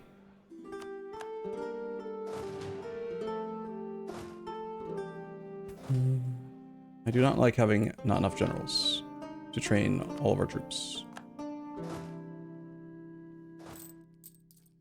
856 monies. I have not updated our navy size in a long time because we still have no damn sailors. That's another issue that we are going to have to take care of at some point. Get maybe some money from Portugal. He's at war. Holy Cities time. I mean, our income, even just from the start of today's session, went from like, what? I think we were only making like 100 to 200 to now we're making net 400. And it's because we're focused on India. Right? Like, again, this is like the third time I've talked about it, but the fact that trade companies now increase goods produced in your own lands, not just in other countries' lands, makes it just insane. Like, sorry, I'm looking on the wrong map mode. It's like, this one random province here is making, it's got 134.6% increased goods produced. And it's not even prosperous yet. Like, good God.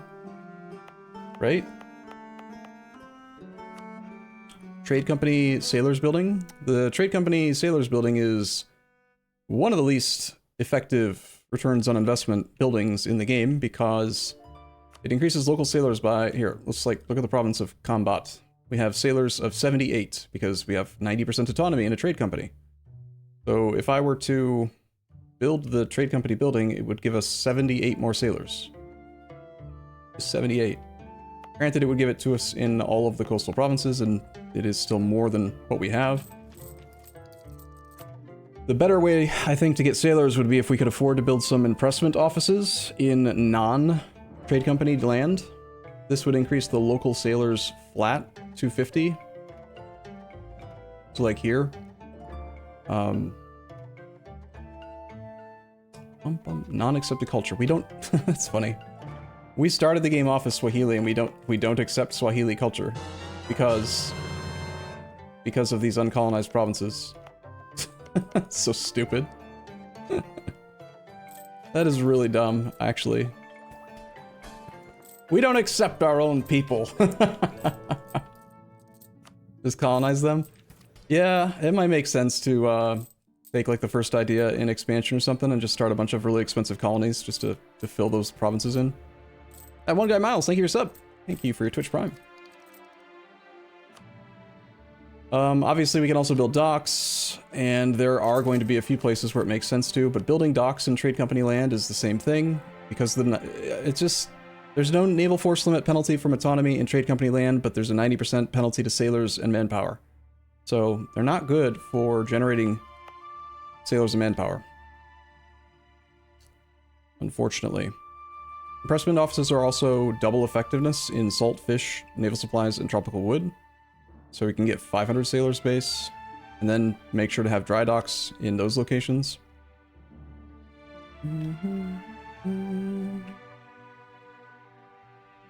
One drawback, though, is this is considered a manufactory, and I probably already have regular manufactories, like, in a lot of places. We actually spawned the manufactory institution, so... Having to choose between one manufactory and another is really annoying. Here's the Spain and Japan. Let's see who Japan allied this time. He allied Brunei, okay. That's way less annoying than last time. Got 80k troops. Fighting Portugal. Let's, get a third stack over there.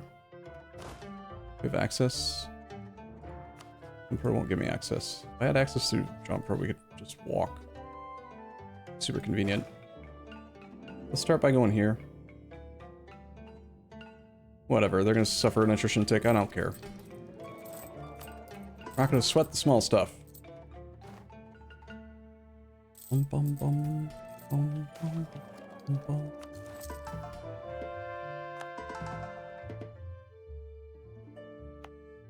bum. What am I trying to do right now? We're waiting for Diplotech 22, which is coming up real soon. I think we just kind of chill, wait for combat, wait for Diplotech 22 next. Trying to work on getting our income above 1,000 so we can start clicking Economic Hegemon button and get more governing capacity. We're currently building as many governing capacity reducing structures as we can so that we can continue to state. There's a lot of land here that's not stated yet that could be stated.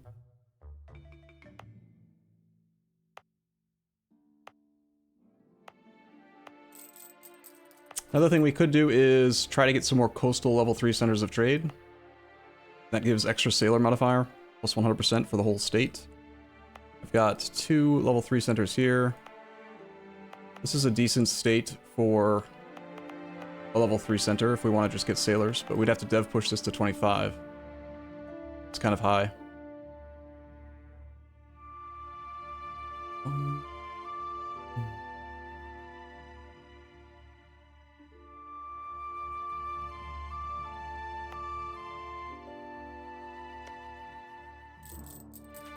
Ban slavery? I don't have any decision to ban slavery. Okay, this wants us to conquer 2 provinces from Mr. Gujarat. We could work on this one in 68. This wants us to take clay up here. We have claims on all that now. I practically white-pieced Coruscant. That's also 68. We've got no truce with VJ, but no permanent claims on him yet. I could attack Malwa. We reset our truce with Bumper. That's an 8-year truce right now. Or we just chill again, and we wait for imperialism. We broke our tributary relationship with Pegu a long time ago, because I want to get all their centers of trade here. So we can stop having our fleet here. And send it somewhere else. I think we wait for imperialism. Like 8 years away. Like nothing. We're speed 5. And just don't think probably be reasonable. Dab costs about... or positive 2. It would only cost 26. Pretty cheap.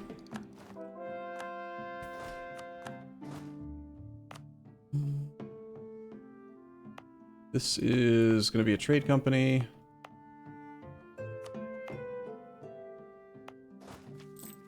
What are the pros and cons of slavery? That feels like a bait question. Trying to get me banned? Mr. Streamer, tell me all the reasons why slavery is a good thing or a bad thing. In the game, of course. Well.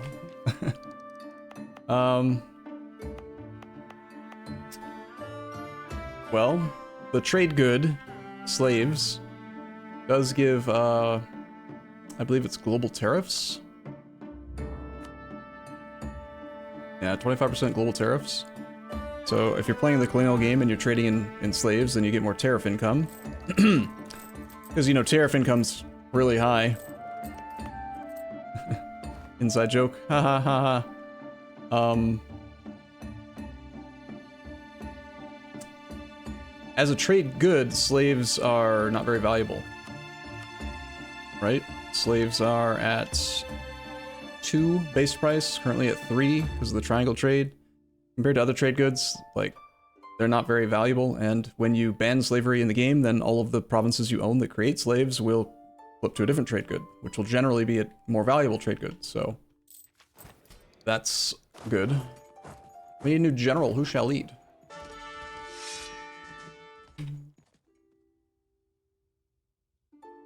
Hell on some. How you doing, man? Nice. Good roll. Alright, I need to reload the save and get more ice water. Be right back, 1 sec.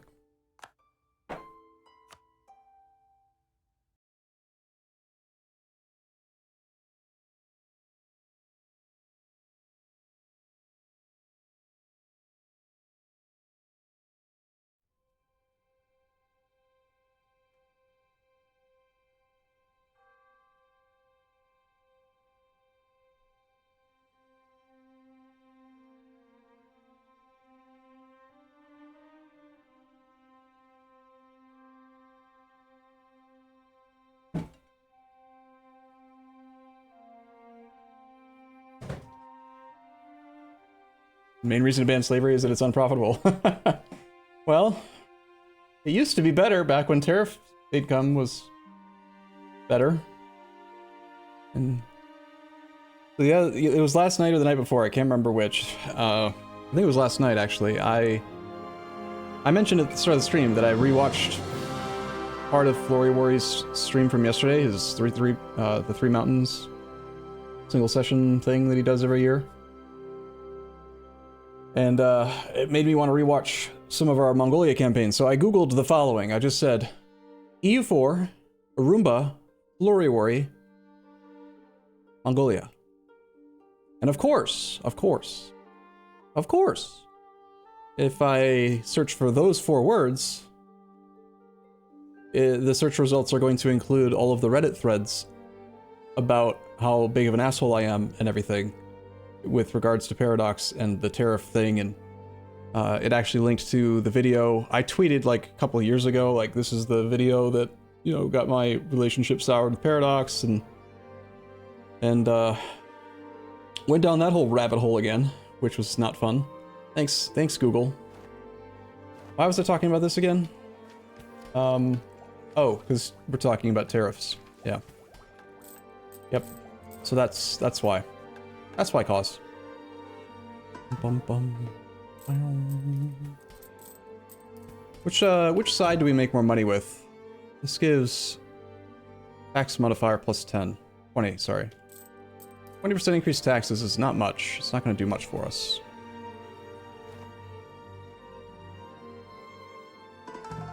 What are we doing on our government stuff? Fine. Am I the anti-hero? According to Reddit, you know how I feel about Reddit. They're not the brightest tools in the shed over there, but... Brightest tools in the shed. That's a weird saying.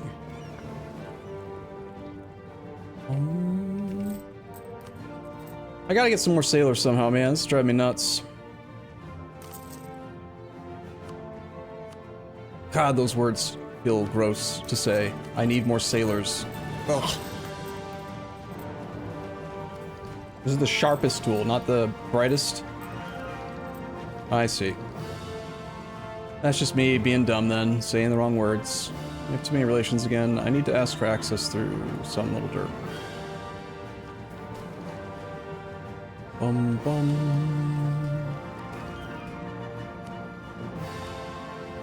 We've gained 20% land force limit because we are now trading in grain. This is a state where we are still converting a province.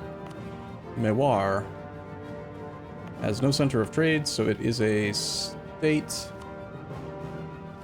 Bum, bum. This is a center of trade state, but we need to convert the land. This is a trade company state. I already looked at that one. And this one, no center of trade. But it's a trade company. It shouldn't be. I think this is from when we took Marwar for the monument, and I trade companied it then because I needed naval force limit, but we should de-trade company this and make it into a full state now.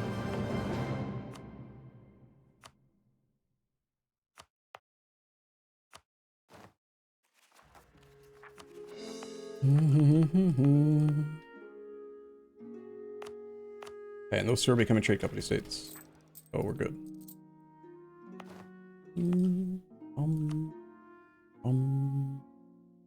Just make sure that I've actually got all of my these built. Still click one here. And over here. Apparently somewhere else. It looks like maybe...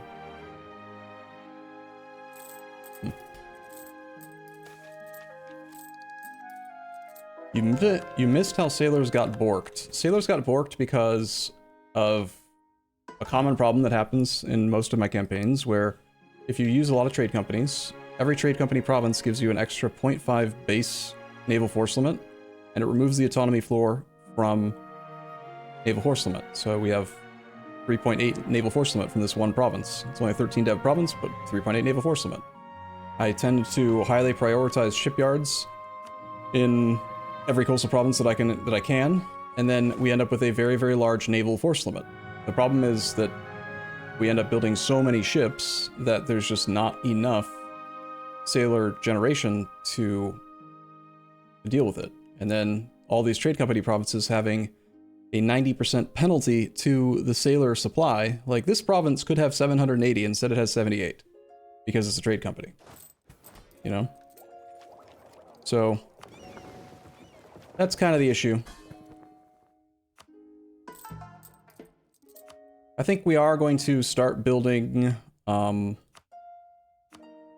these. Ugh. It's still more than 0.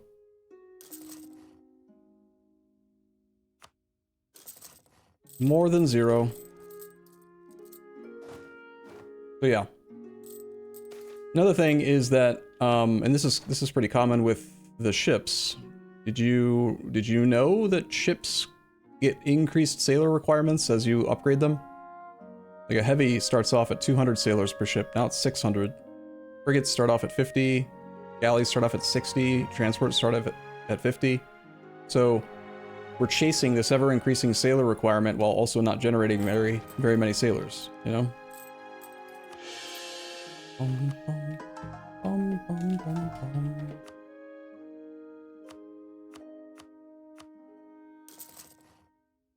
Bum, bum, bum. Conquer entire trade nodes. Yeah, well, we're working on it. Why I said I wanted to conquer and fight Pegu, so that we can move our navy out of there. But I'm still going to have the navy. I'm not going to delete the navy. Worth developing this province in order to get a upgraded center of trade.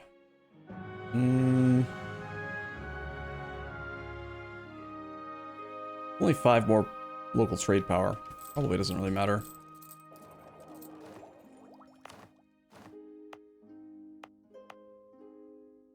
Need those conversions done. Chittor is converting fairly slowly. I have way too many admin points again. Damn it. I don't really want to do admin dev.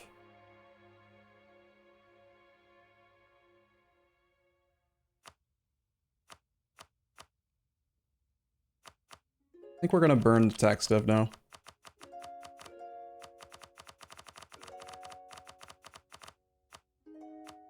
Bum, bum, bum. I'm doing this now because we are having governing capacity problems. And the governing capacity problems are making it so that I can't do as much good, highly productive development as I'd like to. So just by burning one development out of every province we own, we're going to save a fairly large amount of governing capacity. We're at 2122. 21. We just freed up 141 governing capacity that we can now spend on Diplo dev, you know? Dev that actually makes money.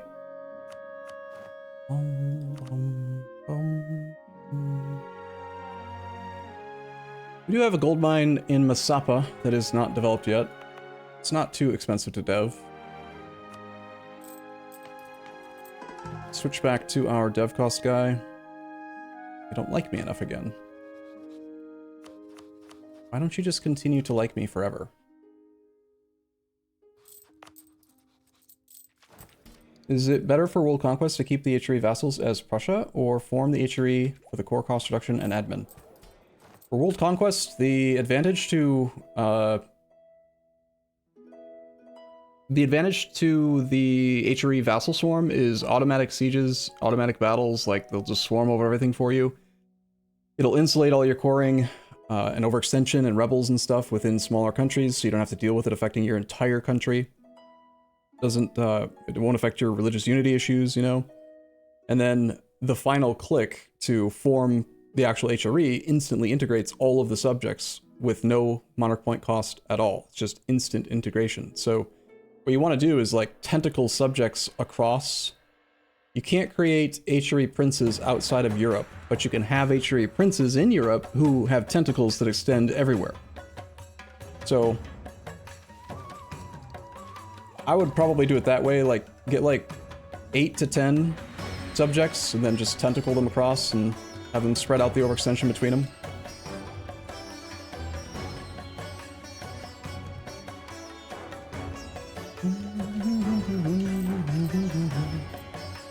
You generally only make a few states as trade companies. Yep, that's what we're doing. Problem is that the ones that I'm doing it in are all inland. So, like, here's the areas map mode. We've got, you know, full states here. You could make the argument that half cores is better. You could just leave it territories. We would get, we would only get...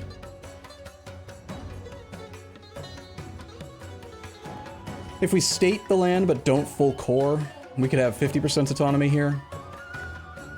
But because it's not a trade company, we would still have the 50% penalty to production. It just makes sense to me, especially with all this goods produced modifier, to just full state it. I think it's better to do full states plus trade companies, not half states. I recognize that a large portion of the governing cost of a state comes from the full core. Right? If you leave it a half core, it's got an extra minus 75%. So, but yeah, I've thought about Sneak Source. Generally, it's not really a good idea to split your audience.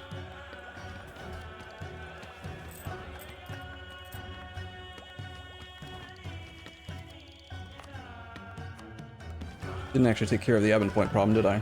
I need to get Kikjongja to like me again. Can I insult here again? No. Can I make one of the other ones like me, like Uba? There's no rivals. Okwe. Don't like me much. We have a lot of extra absolutism cap right now. Could turn up privilege on. I'll just do that. Bum, bum, bum, bum, bum.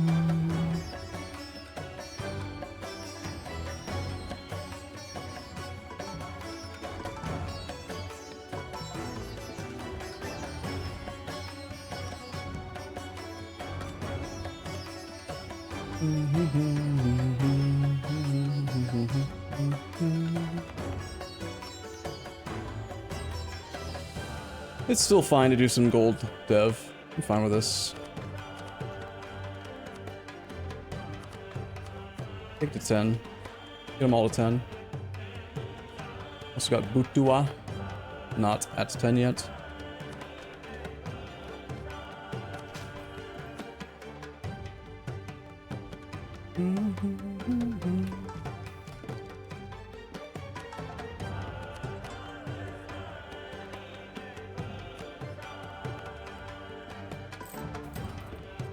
Bum bum.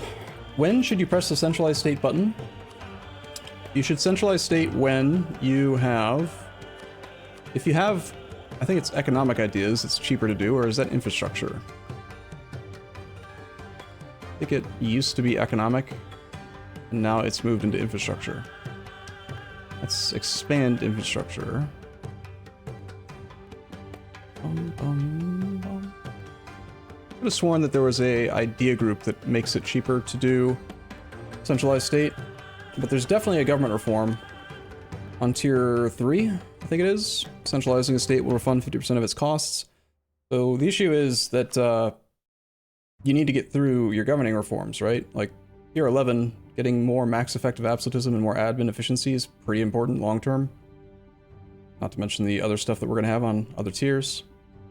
So governing reform progress is very, very valuable, and spending it on something like centralized state, just look at how effective it is. If we were to centralize one of these states, say like here, we went by the largest development state that we're allowed to centralize. The cost is 50 government reform progress and 50 admin. If we have on the centralized state government reform, it's only going to cost 25, but you do have to pay the 50 government reform progress up front, and then it refunds half at the end of the 5 years. So look at this state. We've got state of Lahore, 120 development. So Lahore, it's this state here. Currently we have this much governing cost for this province because I've got the expanded infrastructure because we're still kind of developing the land right now. Eventually we'll remove that. So we won't have the plus 10 and we won't have the flat 15. But the cost, what we get out of the centralized is local state governing costs minus 20% in the whole state. So pretty simple math, right? Just take the total development of the state, 120 times 0.2. It's going to save 24 government reform, 24 governing capacity if we centralize this state at the cost of 50 government reform progress, or 25 if you have the thing. Compare that to something like this, where you just click it and you get 20 for 20, and that 20 can get modified by things like admin ideas, or the Grand Palace of Bangkok. Sorry, I'm really over-explaining this a bit, but you want to use centralized state when you've already expanded administration enough that it's no longer the most efficient click to increase governing capacity, and ideally after you've finished all of your government reforms. That's when this becomes just a resource to sink into provinces. So, long story short, don't click it very often. Don't use it often. You're way better off spending gold on, like, town halls, because these don't take a building slot. And, yeah. Yeah, basically hardly ever. Let's start building governing courthouses into our subjects as well. I'm planning to integrate Ming. I'll need to, because he's not converting his land. We're basically still just chilling for another 7 years. I don't need to do anything until we get imperialism. I'd like to get to 1,000 monthly income so we can click the button and start becoming economic hegemon. Where'd my navy go? Well, that's right, we were going to attack Japan before he gets another pesky, dumb ally. Also, Bruni won't defend him. Okay. Sure. Give Clay.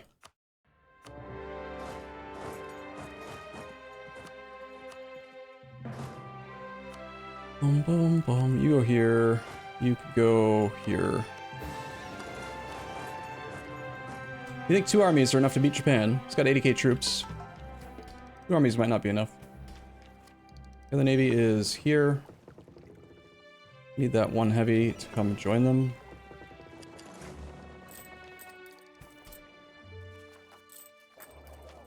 PCs in China should make a lot of money. Yeah, tons.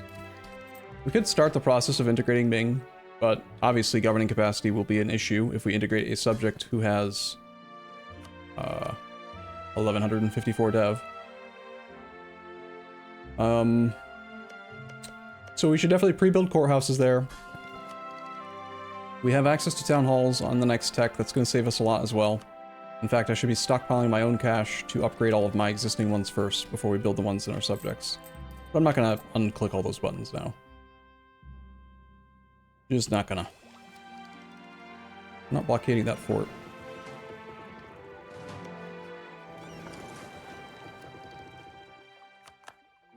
Got Kyoto.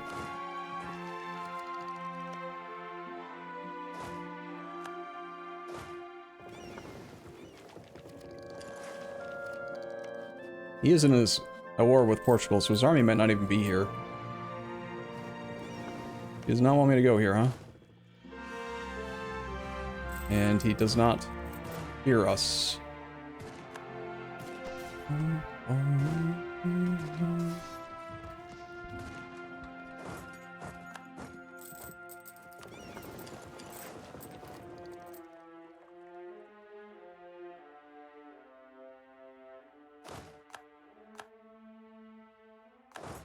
Wow, you got that back pretty quick.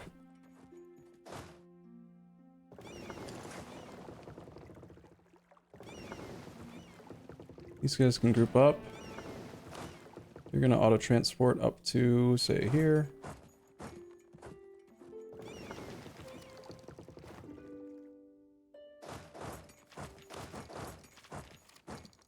I might just take tech.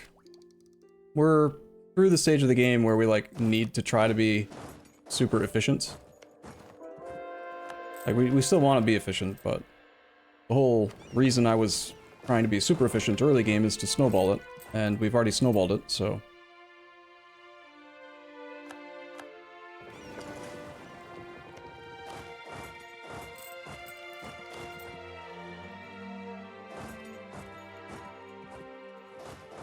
Maybe I should have waited for imperialism to attack Japan, but noticing that he didn't have anyone to defend him kind of motivated me to attack him.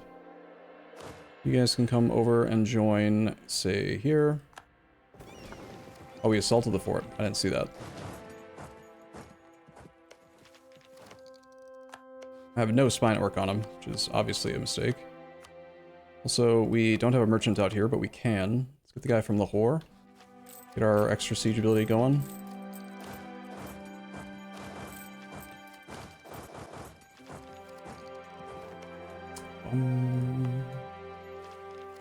Yeah, I think I'll take tech January.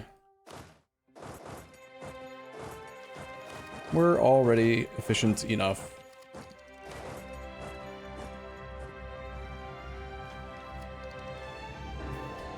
Bum bum bum bum bum. It's worth stab to save admin points if I'm taking tech early. Why not? Let's just take this. And I think we're going to do the thing. Let's go ahead and take expansion ideas temporarily. We're not going to keep it forever, but let's just get this first colonist and fill in some of these provinces that we're struggling to get to full cultural acceptance. Like Malagasy and, you know, that one that we started the game with, Swahili.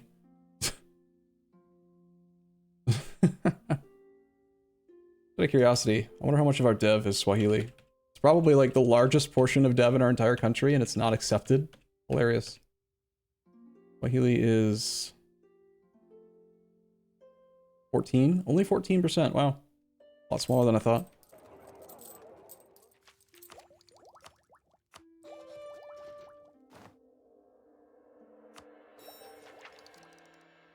Alright, so these are going to be a bit expensive, but I need these two for that culture. Where is the Malagasy culture?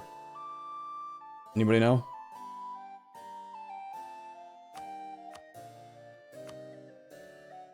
This one. The issue is this island. And that's owned by Portugal, who is our ally. So I can't fix that. Well, I attack him. Attack him.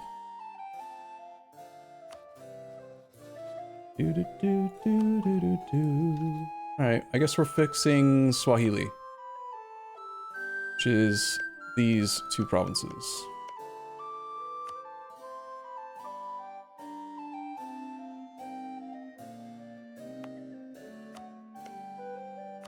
I wonder if we actually have to finish the colony to get it accepted, or if it will just become accepted.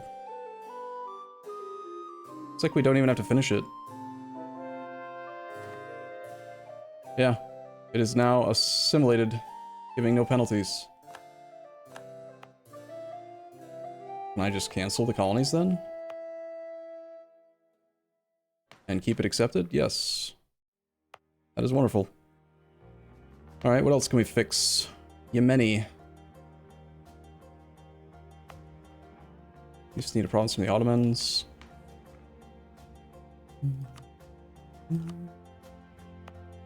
Makua culture.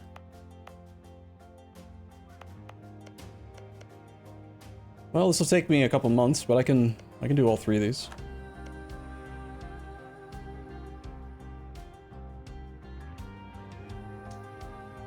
Isn't this essentially world conquest? Yeah, pretty much.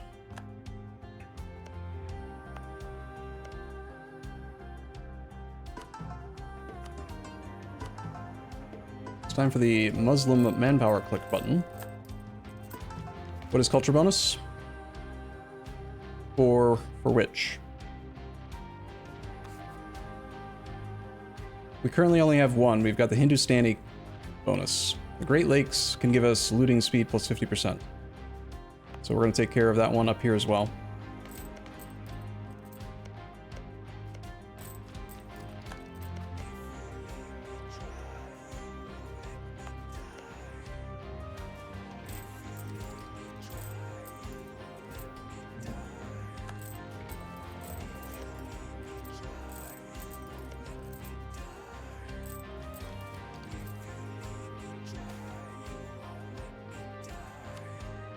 Aqua people are now accepted.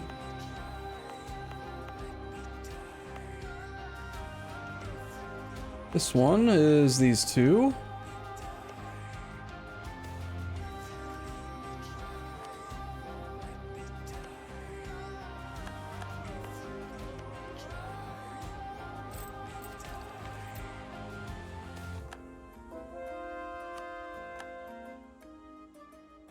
We now have looting speed plus 50 forever. I believe. No. Interesting. So to get it accepted, I just have to have the provinces temporarily, but to keep the bonus, I need all of the land forever. Interesting. Weird how it's different. What other cultures can we accept in this little area? Nyasa? Nyasa is just this one, it looks like.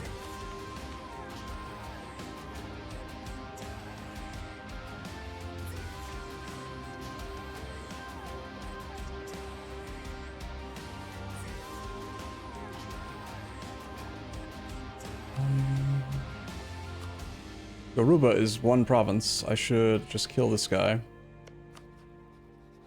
He is a vassal underneath Songhai. Thanks for spying on him. I also totally forgot about the war with Japan. Whoops. Whoopsie. They just kind of forgot about the Dothraki.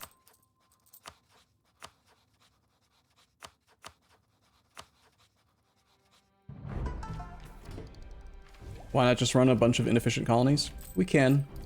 But we still have a lot of things we need money for, right? We just took tech. We need to start building town halls everywhere.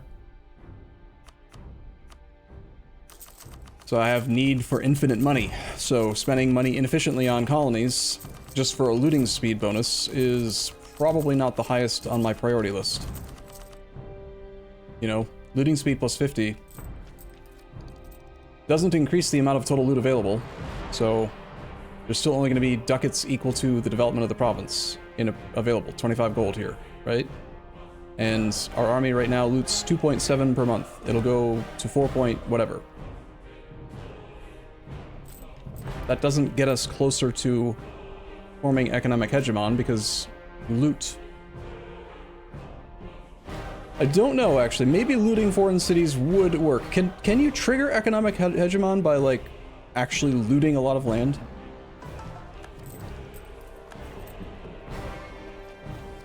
I think you need to wait a month for it to be permanently active. You're talking about the Great Lakes bonus?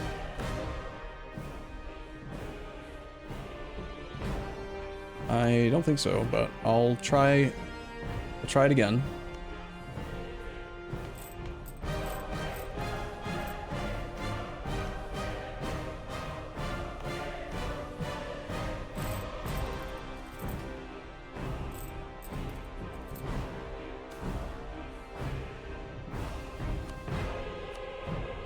So it's showing that it's been assimilated. You want me to wait one more month? I'm pretty sure it's gonna still go away if I cancel the colonies.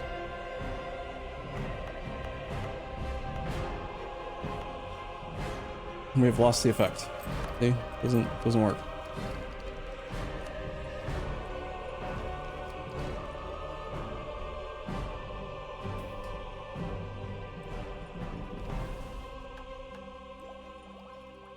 Okay, I don't know how much I really care about getting all of these cultures down here accepted. This one is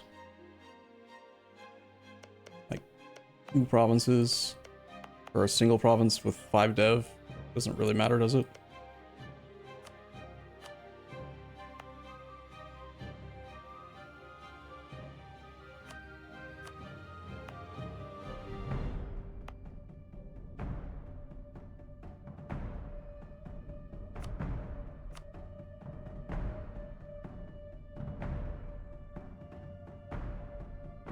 Mostly just the Swahili that I wanted to take care of. So, option A, we abandon the idea group now, and we are able to start filling in quality. Make our wars significantly faster and easier and way less micro-intensive. Option B, we continue these 2 colonies and wait until they finish at least so that we can get that 1 bonus. And just don't start doing the next idea group yet. It would take quite a while.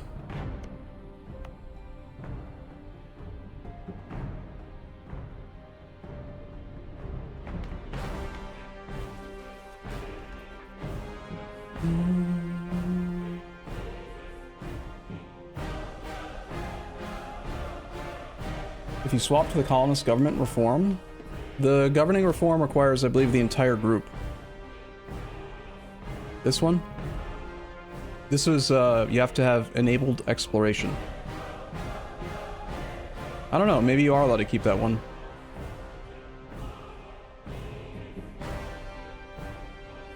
Is there another one you're thinking of that requires expansion specifically? Because I'm not familiar with it, if there is. Ah, this one.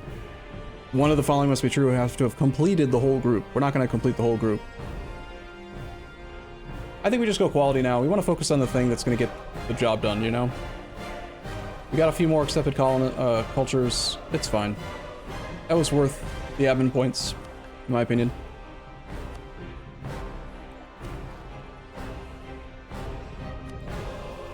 Okay, 273 points. We don't have full negative piety right now. We are still in our regency. Stab cost would be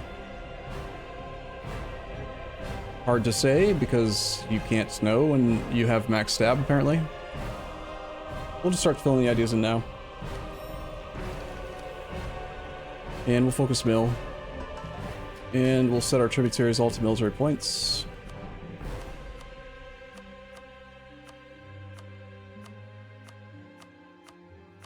Engaging gameplay.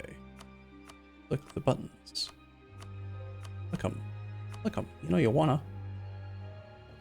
Yeah, to get the Swahili culture accepted, I mean, it's hilarious that this is our culture we started with, and it wasn't an accepted culture when we formed the Mughals, and I didn't actually notice that till just now. But, yeah, Ming's a vassal. Speaking of which, what's our truce looking like with Shun? We don't have one. So we could take back all of his cores and then probably finish him off. Let's finish this Japan war.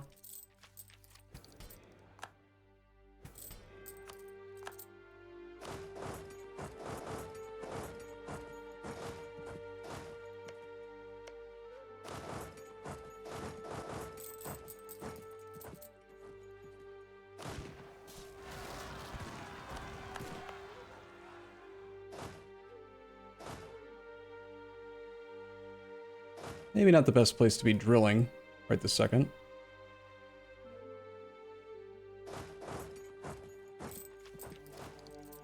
Hey, we gained a general slot. Nice. Who shall lead?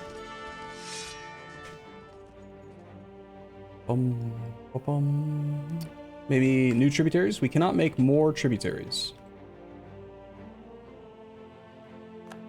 Nice roll. Wow. Wow. Let's do, what did I want to do? I forget. Eventually I need to do this agenda. I think I'm gonna turn on the thing with the Rajputs that lets me auto-complete it.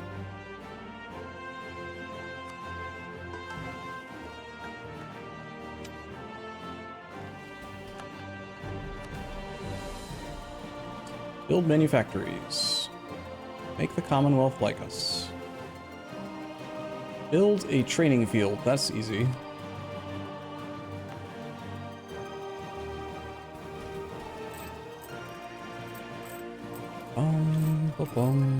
Are we winning?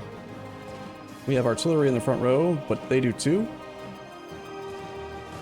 I actually think it's better to retreat in circumstances like this. Suffering attrition, like, taking casualties on artillery is really bad, especially if you use high drill. I'd rather just lose the fight and come back. Then go away. We're making the siege slow. Also, our fleet's on the wrong side.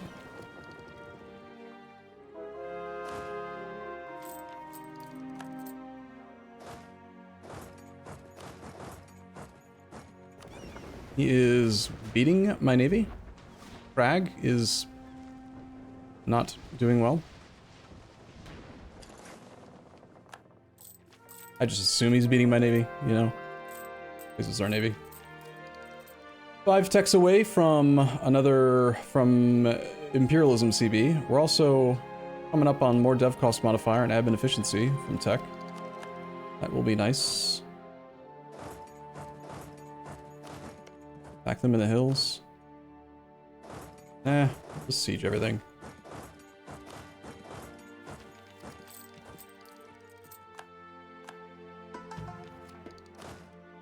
Delod has the 4th siege pip. Let's try to go to that fort now. We probably have enough war score that I can do what I want already. I got claims on some random stuff. We want to fill in the cultures. Let's, yeah, it's really silly to be attacking when we don't have imperialism. Like, paying Diplo points. Can you imagine paying Diplo points for provinces?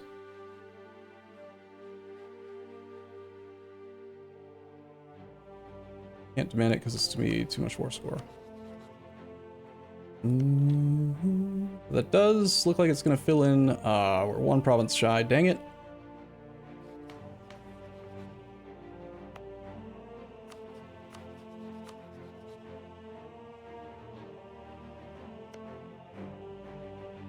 Finishes that one. I can't quite get this whole second one. But a big part of why we wanted to attack Japan is because he's got monuments. This is going to give us another monument that we can use. Increases max abscism by 10, more loyalty equilibrium and stuff. When upgraded, Japan gains 1 admin point. Excess points over 6 will be converted into admin, diplo, and military skill. Problem is that it won't work for us unless the culture is accepted.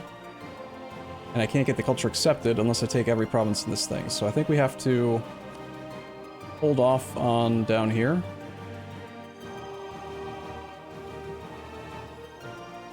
In order to actually finish the culture over here.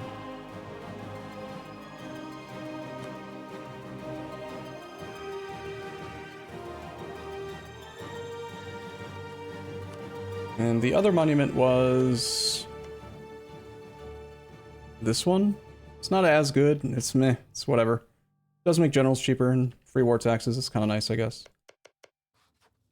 That one's going to require us to finish off the whole culture group, though, over there as well, so...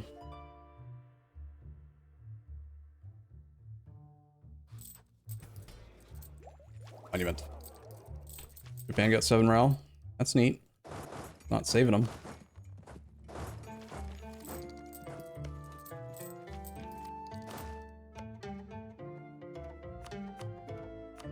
Yeah, 7.13. We have more discipline, though. And of course, we've got siege ability, and we're starting to get infantry combat ability now. 10%. Ooh-wee. What are all the policies we're gonna have? Bum, bum, bum, bum, bum, bum, bum, bum, bum, bum, bum, bum. Being able to recover morale that fast is pretty nice.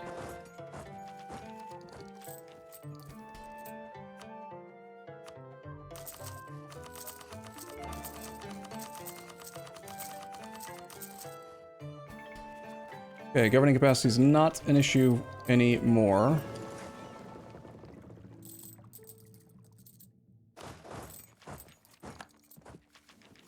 Stop making boats, Japan.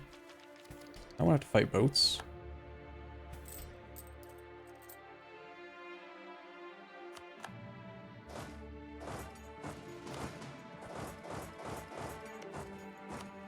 He is at -9 reasons at this moment.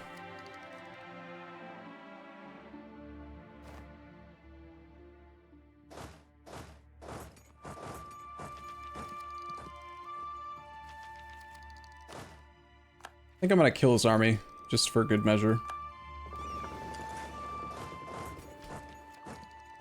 I mean, we're we're just slaughtering the Japanese people, so if you're gonna do something, do it well, right?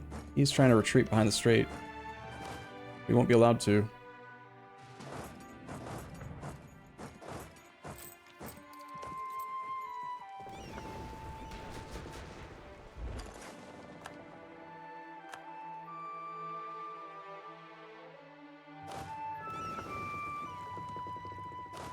Well, some of them got to escape. That's fine. You ready to give up yet? Good. Give clay. All of Kyoto has happened. We gain monarch points. Yay! 20 prestige that I don't need. Ooh-wee. Placate, Ming again, I guess. We now have Cav combat ability plus 10% more.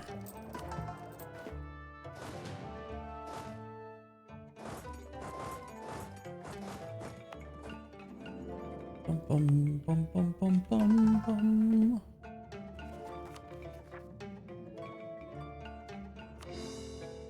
Did I take all the right provinces? This culture accepted? We have 52% of Japanese. This culture is called Saigoku. Saigoku is, yes, 100% accepted. Okay, good. So that's great. Gonna make the coring faster, a lot faster. December of 70. It's gonna take like 12 months. It's nothing.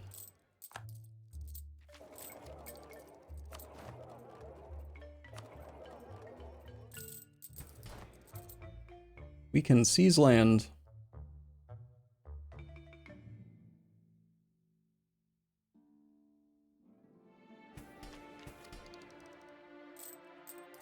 Not yet. About 4 years away from Diplotech. Japanese culture group, if I read that correct, not only the single culture. For the monument, or for the bonus? This bonus is the whole culture group. I was just making sure we had that specific one, because the Kyoto monument requires cultural acceptance, and that's why I cared about it. So we can upgrade this. In fact, we could already upgrade it now. Well, I'll just wait till the cores are done.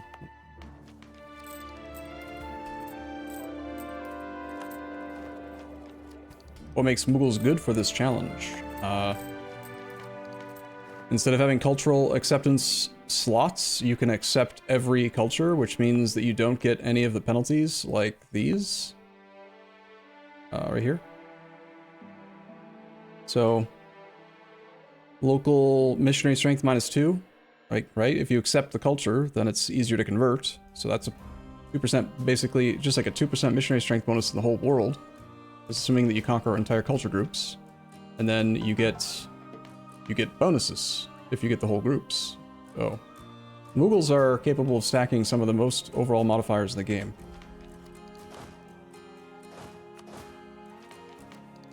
Not to mention they have a kind of nasty strong mission tree that gives you 10% permanent admin efficiency. This mission here, when you turn this in, you get an event that lets you have 10 more admin efficiency than everyone else. And I mean, we have minus right now. Core creation cost is at like 65% permanently. So the Mughals are pretty good for this. Obviously, playing as the Ibadi for one faith is not ideal. Most people don't do one faith with the Ibadi religion. They do it with like Catholic or other ones.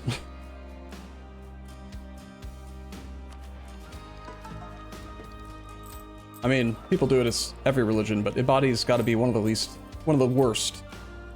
There's like 4 provinces in the entire game that start off as Ibadi, so it certainly is making it more of a challenge to do it this way, but whatever. We didn't PU Ming, but we did vassalize them. Speaking of which, we should probably go and kill the rest of Shun. I was hoping to attack VJ when we have claims on him.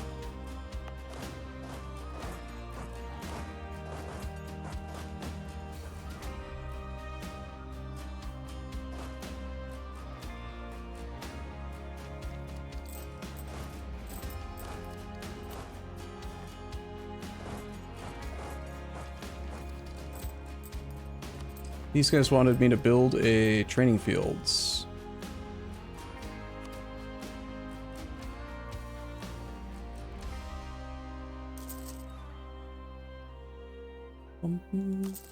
Build a few more training fields as well. Like, these are good buildings.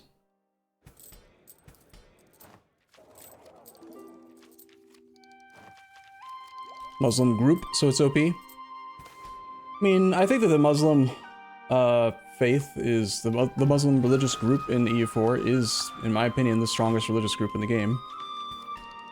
But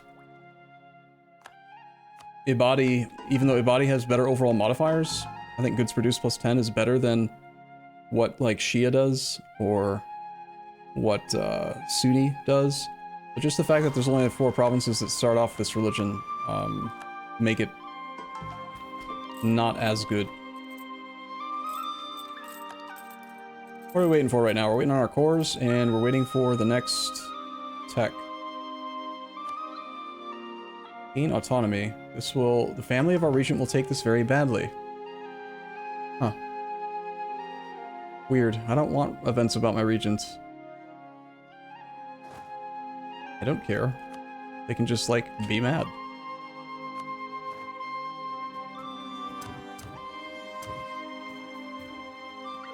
Just be mad. Stop whining about it. Okay, income has not gone up. We're currently overextended, so that's probably a big part of why it's has stagnated in growth. I need to get this land from Pegu, but I'm waiting for imperialism.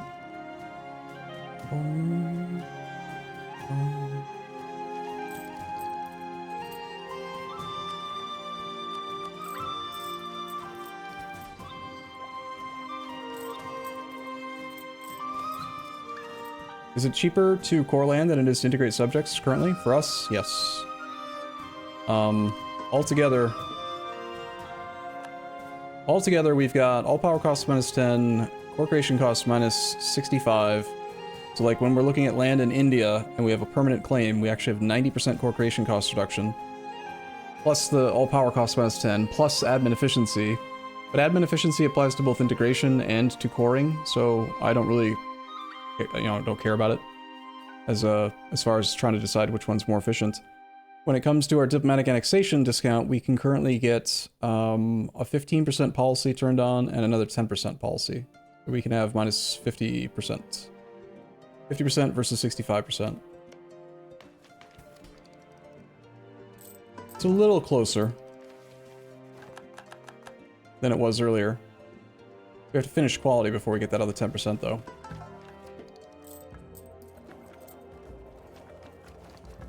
We're down to 1472 governing capacity. Our regent is a free thinker. Okay, cool.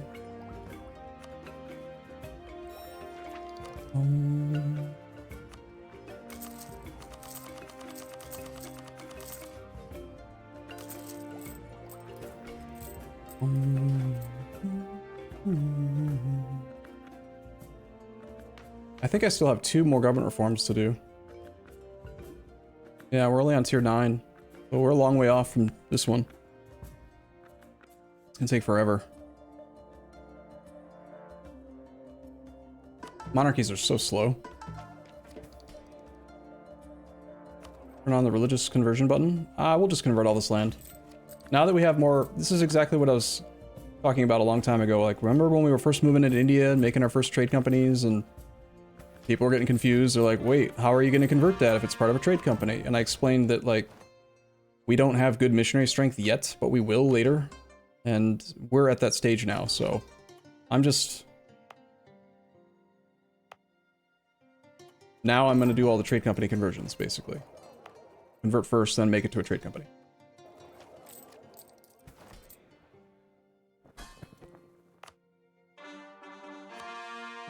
Is this going to be a trade company state? Oh. Well, this one. No.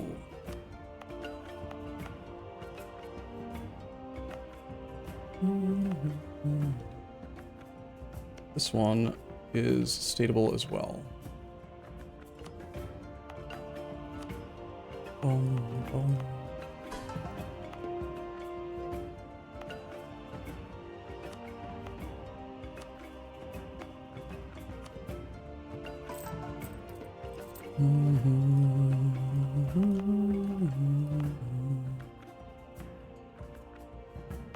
We have our trade company investments here.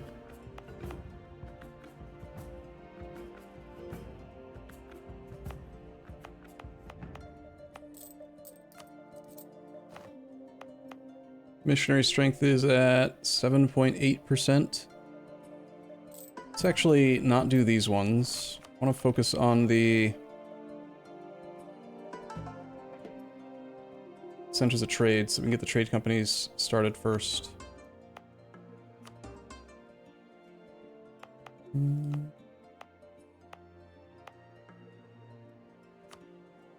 There's a religious center here. Huh. Well, that's annoying.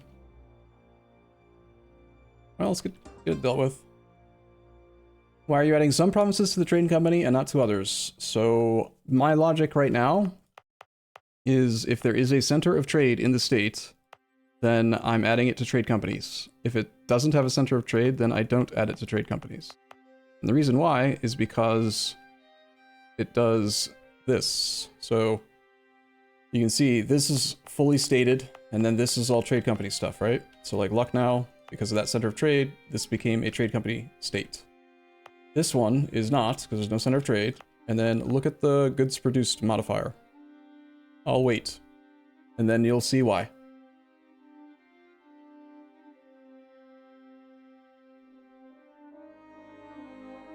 You see? That's why cause. Because 106% goods production bonus is good. That's why. Yeah, I think we're ready to attack Shun. Thing is that Bing doesn't have cores on all of Shun, and I kind of want to clean the whole area up, so it might be better just wait for Imperialism still for that too. Like 3 years away.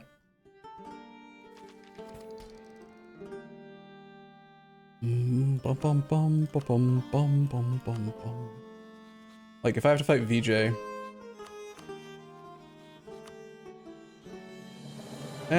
whatever, let's go kill him.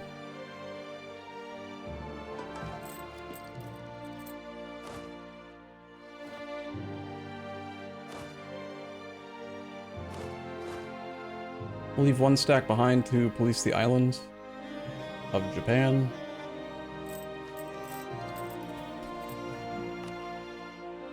Up here, we were waiting on conversions, and Row is a place where I do want to make a trade company, so we're going to do that now. Okay. This state also is a trade company state, but we're waiting on conversions, which are now done.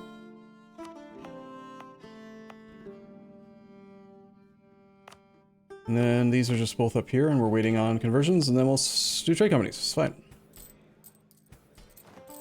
Dr. Trebuchet died. Who wants to replace this guy? Bum, bum, bum, bum. Infinity. 1337. You hope we can convert everything in time? It's 1671. At this point, I'm not taking religious ideas. Maybe we take it as a group, the next group after, on Tech 26. I have absolutely no doubt in my mind we can conquer the entire planet. Easily. Easily. Before the end of the game. As far as the conversions go, we are going to gain more missionary strength as we conquer more monuments. So the plan is, once we get control of Mecca and the other one, we'll get our triggered modifier for an extra missionary. That'll put us up to 4. This thing gives us reduced war score cost versus other religions, but no missionary stuff. This gives us envoy travel time is useful. This one's going to give us another missionary, pushing us to 5. And missionary strength versus heretics, plus 3. That's actually really, really good, because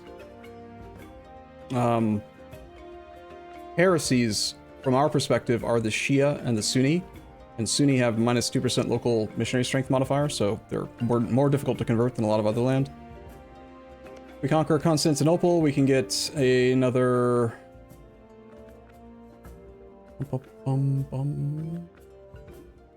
This just does prestige, that doesn't matter.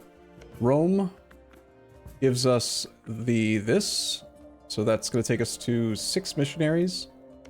We're still looking over here at this thing. This gives another 2 missionary strength. There's still a lot of monuments and stuff that we're going to get that are going to help. So I'm pretty sure we'll be okay.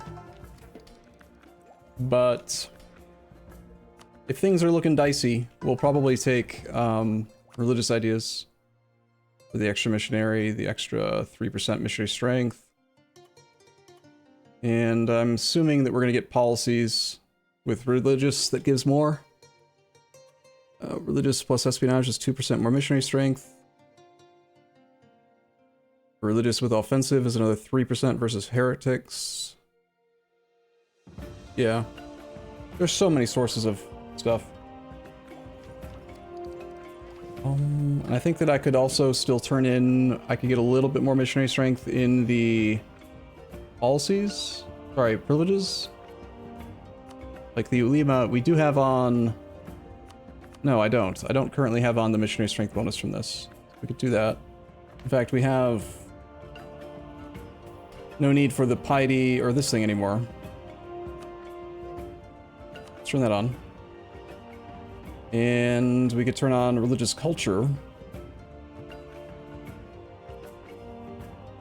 I had this on at one point in the campaign, but I turned it off because, well, we had to do absolutism, but also because the unaccepted culture penalties were really causing a lot of rebels in the early game. I feel like there's usually another +1 missionary strength somewhere, usually tied to the burgers, but these are not the burgers. They're a different type of dude. These are kind of like the burgers.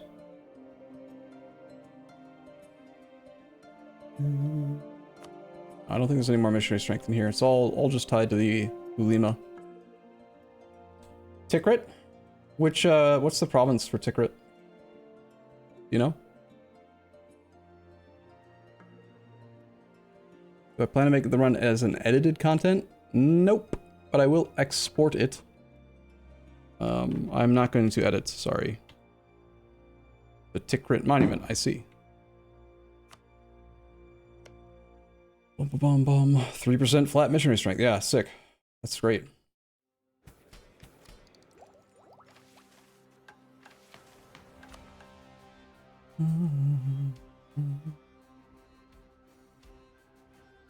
Pretty sure that I haven't like passed up. We could technically enable Parliament, and that gives another missionary and missionary strength as one of the parliamentary debates. That might be worth doing.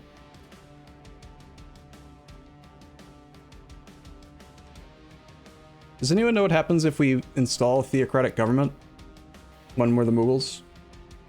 Can the Mughals still have their tier 2 reform that makes them the Mughals if they're a theocracy?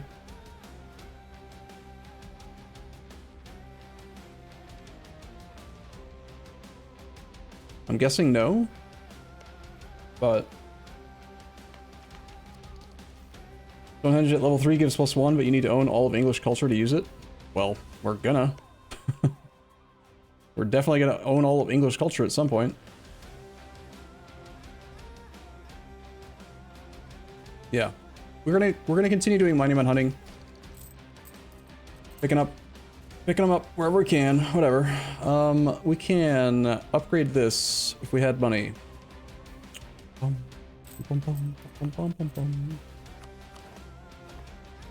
Let's kill some children.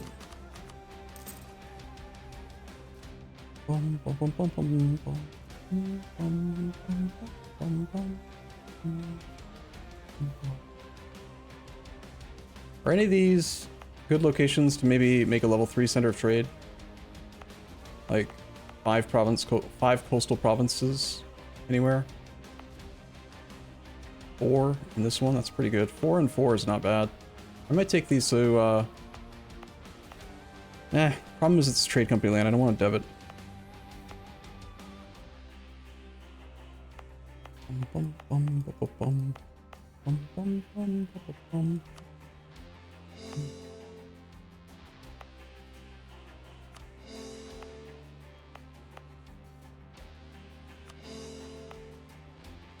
Alright, what are we doing? I'm just waiting for tech, and I'm waiting to convert stuff. And I was getting ready to attack Shun again. Give the clay. And all these guys can... Of course I don't have access.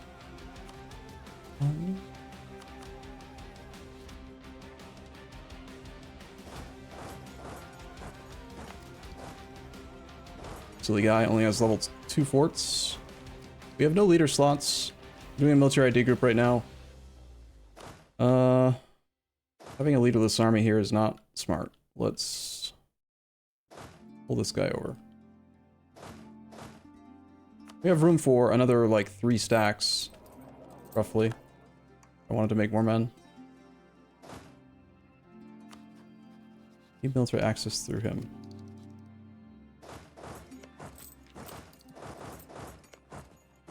over here. What happened to these guys getting ferried over? Oh, the transports are on their way, but okay. Take them a while.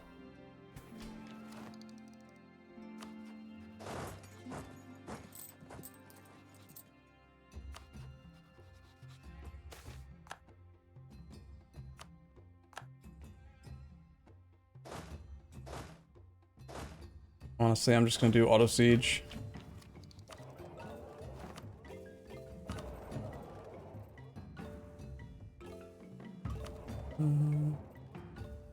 Canceling, whatever.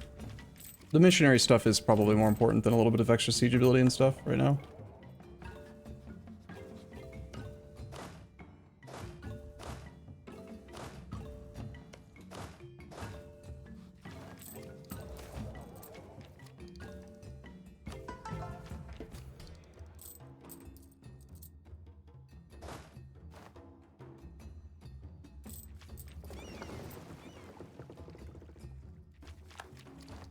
Not doing colonies this campaign. We started off with exploration ideas, and it's because I thought that we needed to colonize the whole world, but we don't, actually.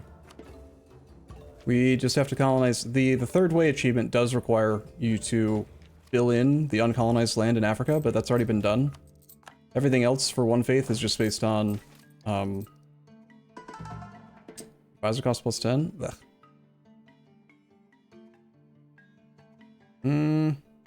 That's fine. I guess. It's just money. I think we might already have enough advisor cost discount that we're still at 90. Yeah, it looks like we do. We lost a general.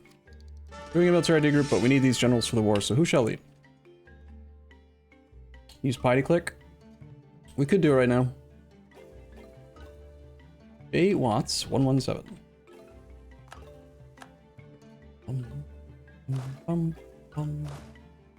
This guy. 2 armies here for no reason at all. Cool.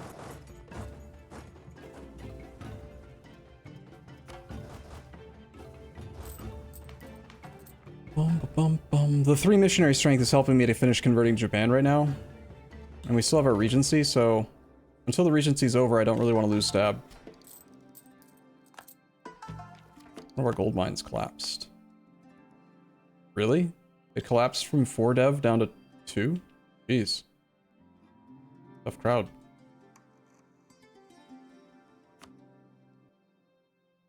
Not very cheap to dev there.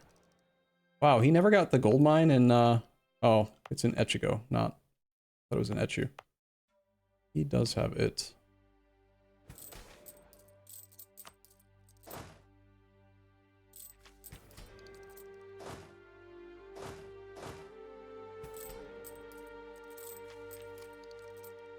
Who else was in this war? There's a third person as well. Tugning, that guy on the island, okay. Lost a siege. Let's get a upgradable dude.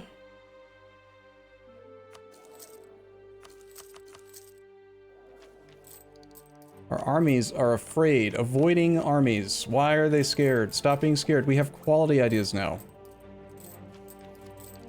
I've ever played Total War Shogun 2. I think I briefly tried out some of the Shogun games. They were pretty cool, but didn't really hold my interest for long. Wow, he actually beat our army even though we have quality. Well, we don't have full quality, but still. How dare he? I want to just auto siege and have them give me all of their clay without me having to think.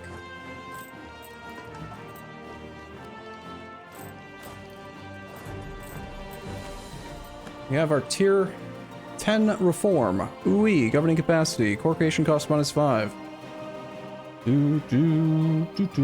War score cost versus other religions versus core creation cost -5.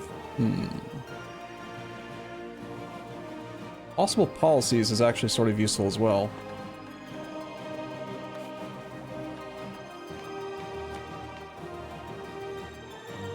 The thing about stacking more core creation cost is that it speeds up the rate that we do the coring.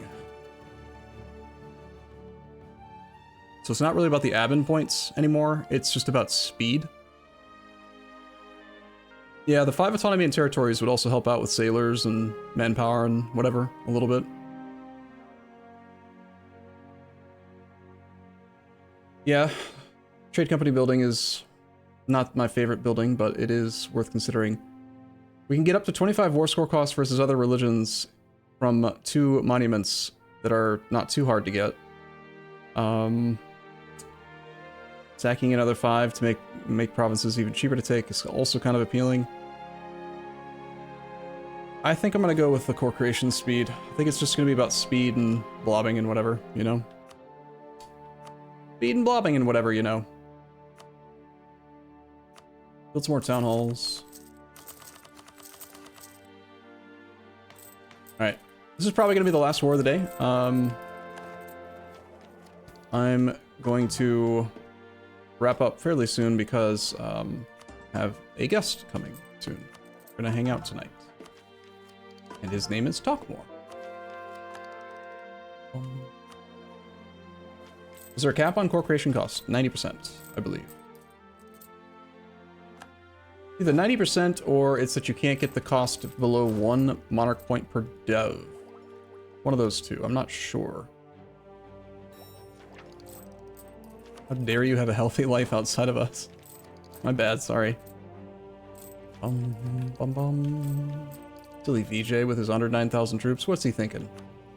He's even got a mil tech advantage on me. That's probably why he fought our army. Once we have quality done and we catch up on mil tech, I don't think that the AI is going to want to fight our troops like at all anymore.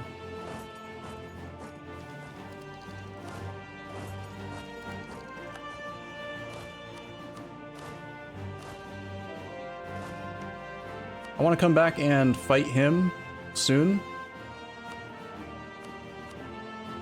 Can I afford to take money from him though? Maybe? Yeah, that's a lot of money. And I like money. Can't believe you like money too.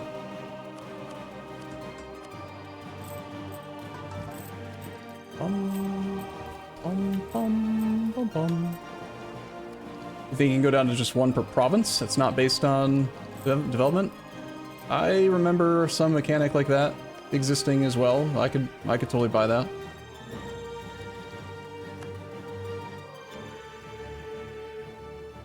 We've been like, I don't want to do admin dev clicks, so we do need to speed up our wars, which is part of why I want quality ideas here so that we can win faster, you know.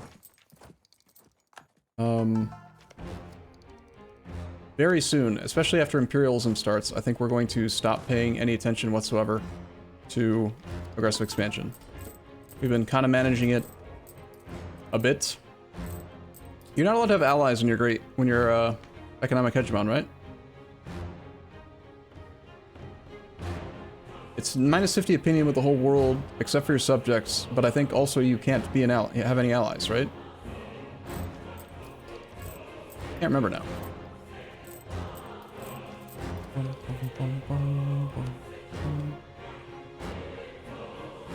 What is... Oh, you can? Huh. Alright.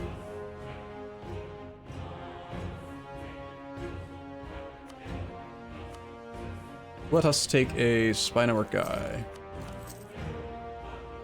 If that's the case, I don't mind being allies with Great Britain, but we're gonna dump Portugal soon because he does have a monument that I want. And he's blocking our culture down here, that one little island. I want the Lisboa monument.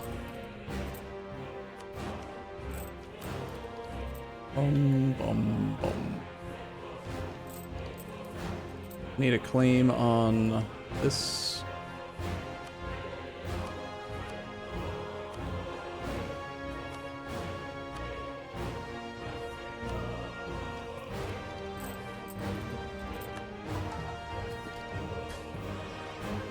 Great Britain has declared war on Majapahit. Are we still gaining favors even though I've told them I won't join their wars? We are not. I'm all out of favors now. Whatever. No more sailors from him. We have 666 sailors anyway. We got that going for us, which is nice. BJ still says no. Don't suffer double attrition for no reason.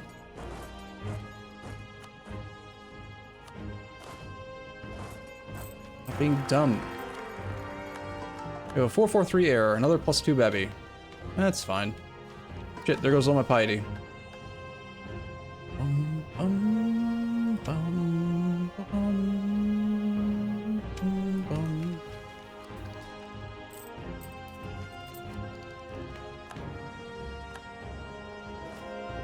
Also one of our admirals. Admirals are actually kind of important, I'm finding in this campaign based on where we are. Get a new one. Who wants to swim?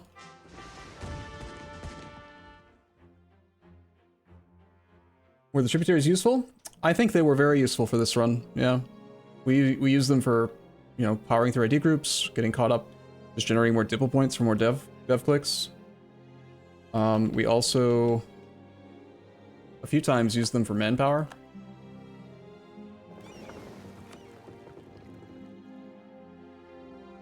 They were useful, let's say. I don't want navies on here all the time, though. Next. You need to stop not surrendering. Sheikh ul Islam. Move towards legalism. We'll move toward... more toward mysticism for now. About a year away from the next tech, where we're gonna have our thing. You guys go here, here, here, here, and here. And this war is probably over already.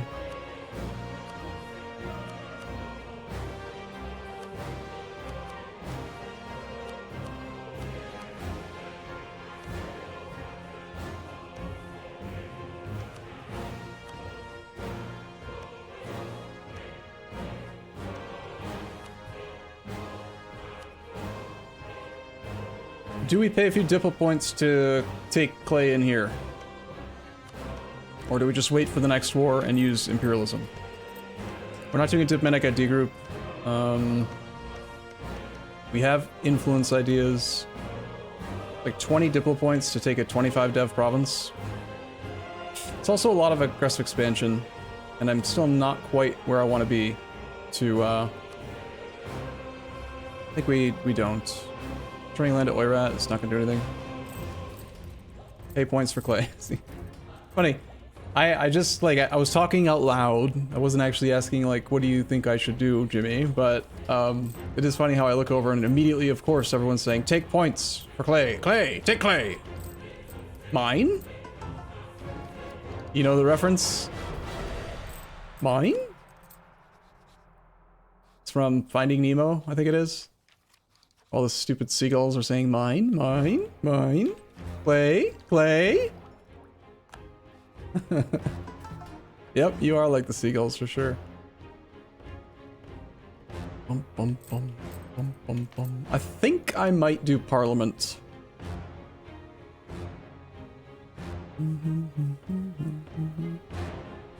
We're not going to need the max app citizen +5 for much longer.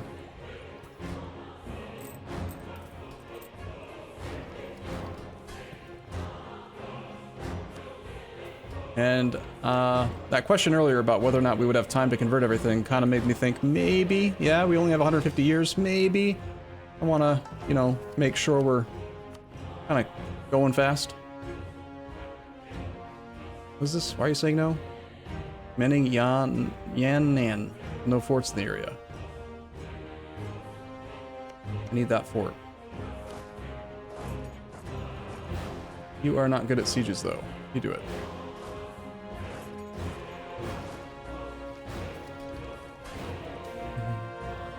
Make great projects cheaper to upgrade. Okay. It's actually quite useful for me right now, considering that there is a monument here. I want to upgrade. Kill some more children.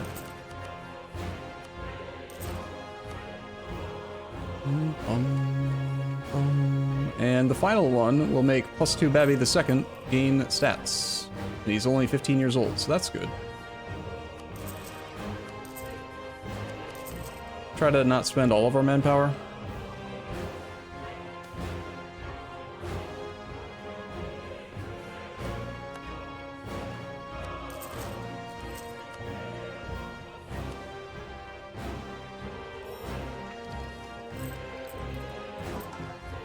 I feel like converting the colonial nations is going to be slow. Could be. We'll see. Our cooldown is up on this, but I need to get Pate to about 100. Our regency's over, so we can safely bump stab for like nothing now. Positive sailor count. Weird.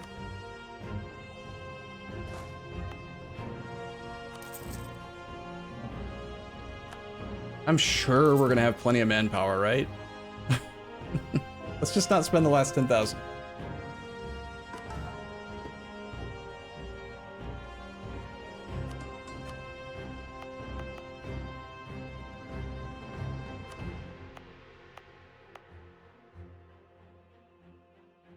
Earth little island. Cannot click on it, man. Not been converted yet. Let's do this one though, and this one. Good company. Alright, you are ready to go. Cool. 4 ups, 20. Ming has been restored to her full power. Goes all over stuff. Scootage him. Tax the shit out of him now. 61 gold a month, Ming. Pay up. 4,000 ducats in debt.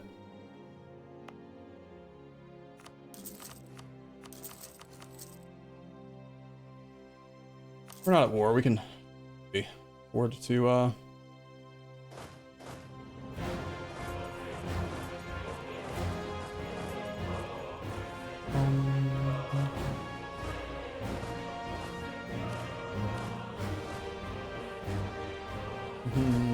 We have some rebels.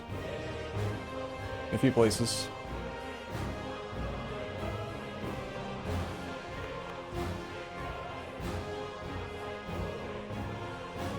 Mad over here. We are still suppressing, but they don't want to stop being mad.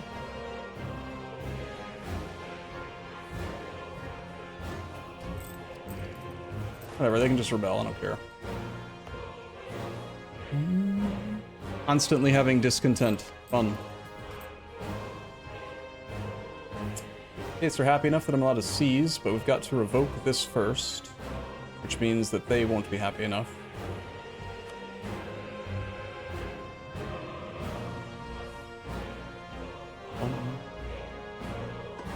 Alright. Let's wait till January 1st. We're going to take the next tech.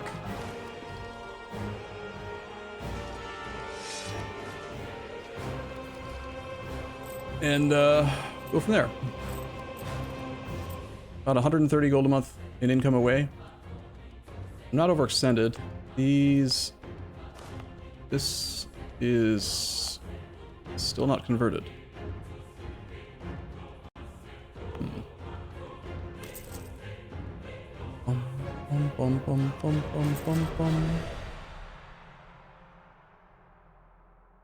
Okay, so we now have Liberty, Desire, and Subjects -10, another 10 max absolutism. And all the states have more loyalty equilibrium. So we're not at 119. And that's good. Turn on privileges, more privileges.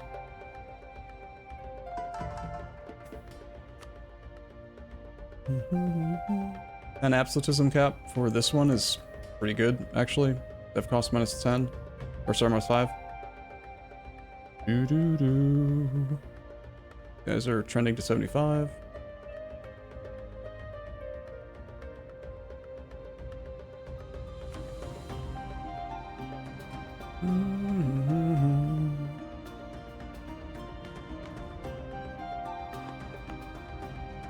Rajputs will need 2 for a mission. I haven't been paying attention to the missions lately.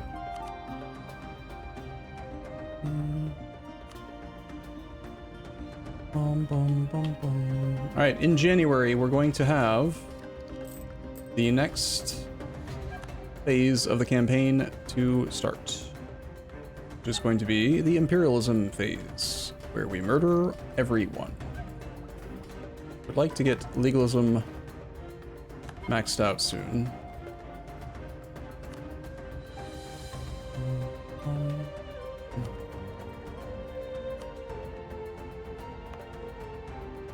This one's been converted, so we can trade company, upgrade.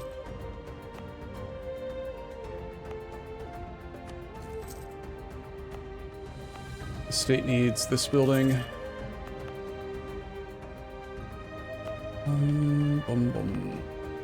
We got trade company, trade power buildings everywhere. Let's make sure that we've got marketplaces everywhere.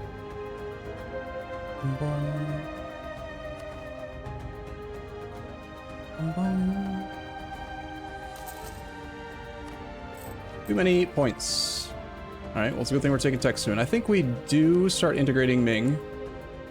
Our gravity capacity is... We've got space form now, almost for sure. We'll get that process started. We are going to want to run 5% integration discount here. That's 10 absolutism, though. But still have room for it. But we're good. Made Ming mad. Ming, stop being mad.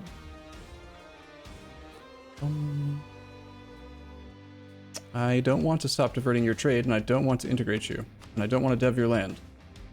But I guess I can dev your land. It's probably the cheapest way to do it.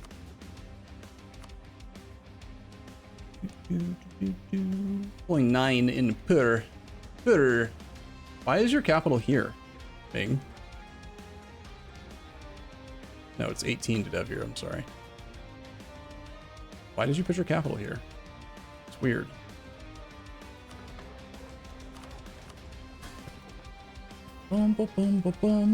Building in him does not. Each dev click in a subject's land will give you 5% reduced liberty desire, coming back at 0.1 per month. So it'll keep him loyal for a while. It's going to increase the overall integration cost for us because now I have more land to dev, but deving isn't going to give loyalty he capped. Well, clearly you're wrong. Developed provinces is in a different line item. You've got events, defections, provinces developed by Overlord minus 100, and then you've got developed provinces minus 20. Why it says the word developed on both lines, I don't know, but you definitely can. Why not placate? Because placated ruler is capped. We're at minus 100. If I placate, it will not do anything right now. Yep, trust has been at 100 for a long time with every subject.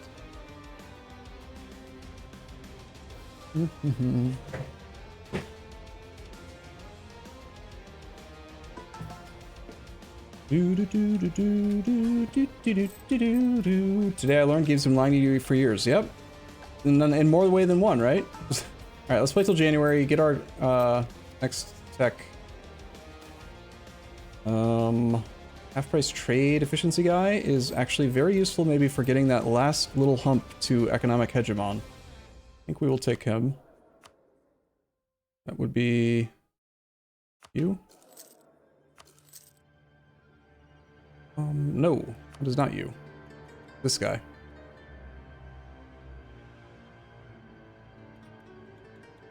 Is it? No, it's this guy. What? Oh, I can't promote him though. Well, shit. Alright.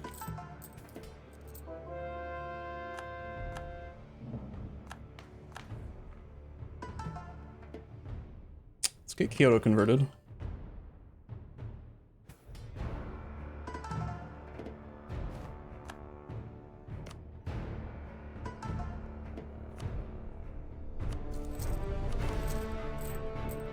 $900.8.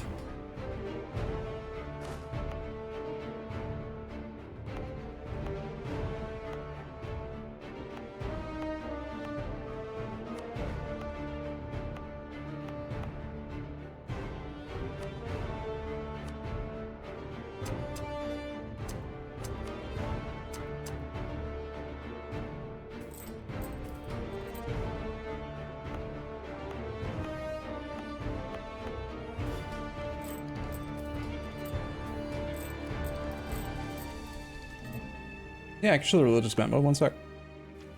It's January.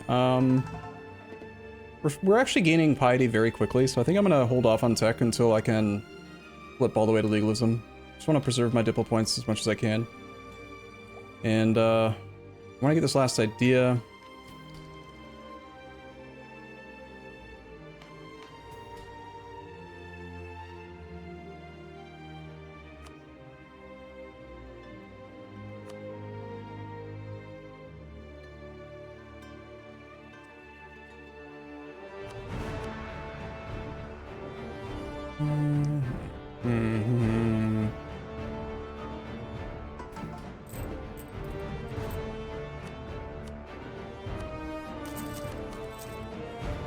Still so many buildings that need to be built. Yeah, I can how long would it take, honestly? Like, we're at 34, so I need 16 divided by 0.6 a month. It's 27 months to get to 50 piety. 2 years without imperialism? No, we'll take it now. Whatever.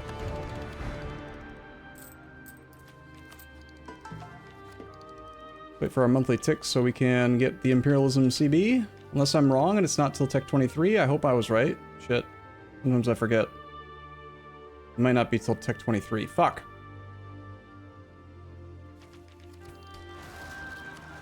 Whoops. I've been banking on imperialism being next for a little while. Shit. Well, in that case...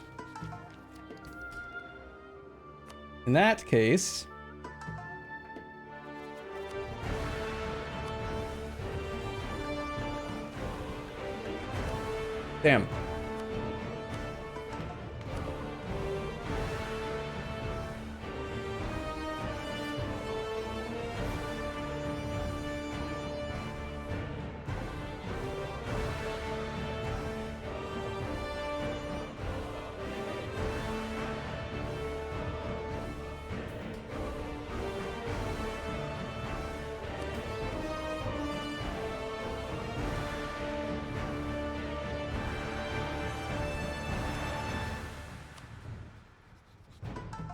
Alright, can I just auto turn this in?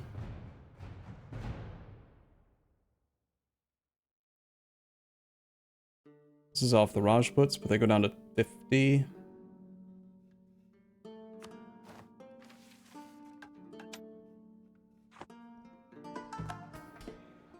Trying to get everyone above 50 so I can seize land.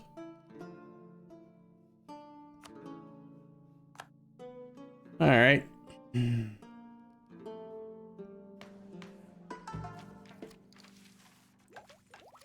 Current level tech for 193 and we can make it cheaper. We can make it up to 20% cheaper if I wanted to go all out. Like, wait for legalism to be at 100. And if we remove the clergy estate, I did notice an interesting thing happens. If I pay 50 government reform progress to kill the clergy, right here, separate church from state, it will automatically enable the dhimmi, which is weird because it doesn't say it's gonna do that, you know. So we could get up to another 20% from those two. We have one more idea, so 22% cheaper. We're going to be able to take current level military tech for the grand total of 61 monarch points. The Sunni religious group is OP, man. Did you know that there's a cap on tech cost discounts? That you can't go below 30? You can't make tech cheaper than 30 points? I think it's 30.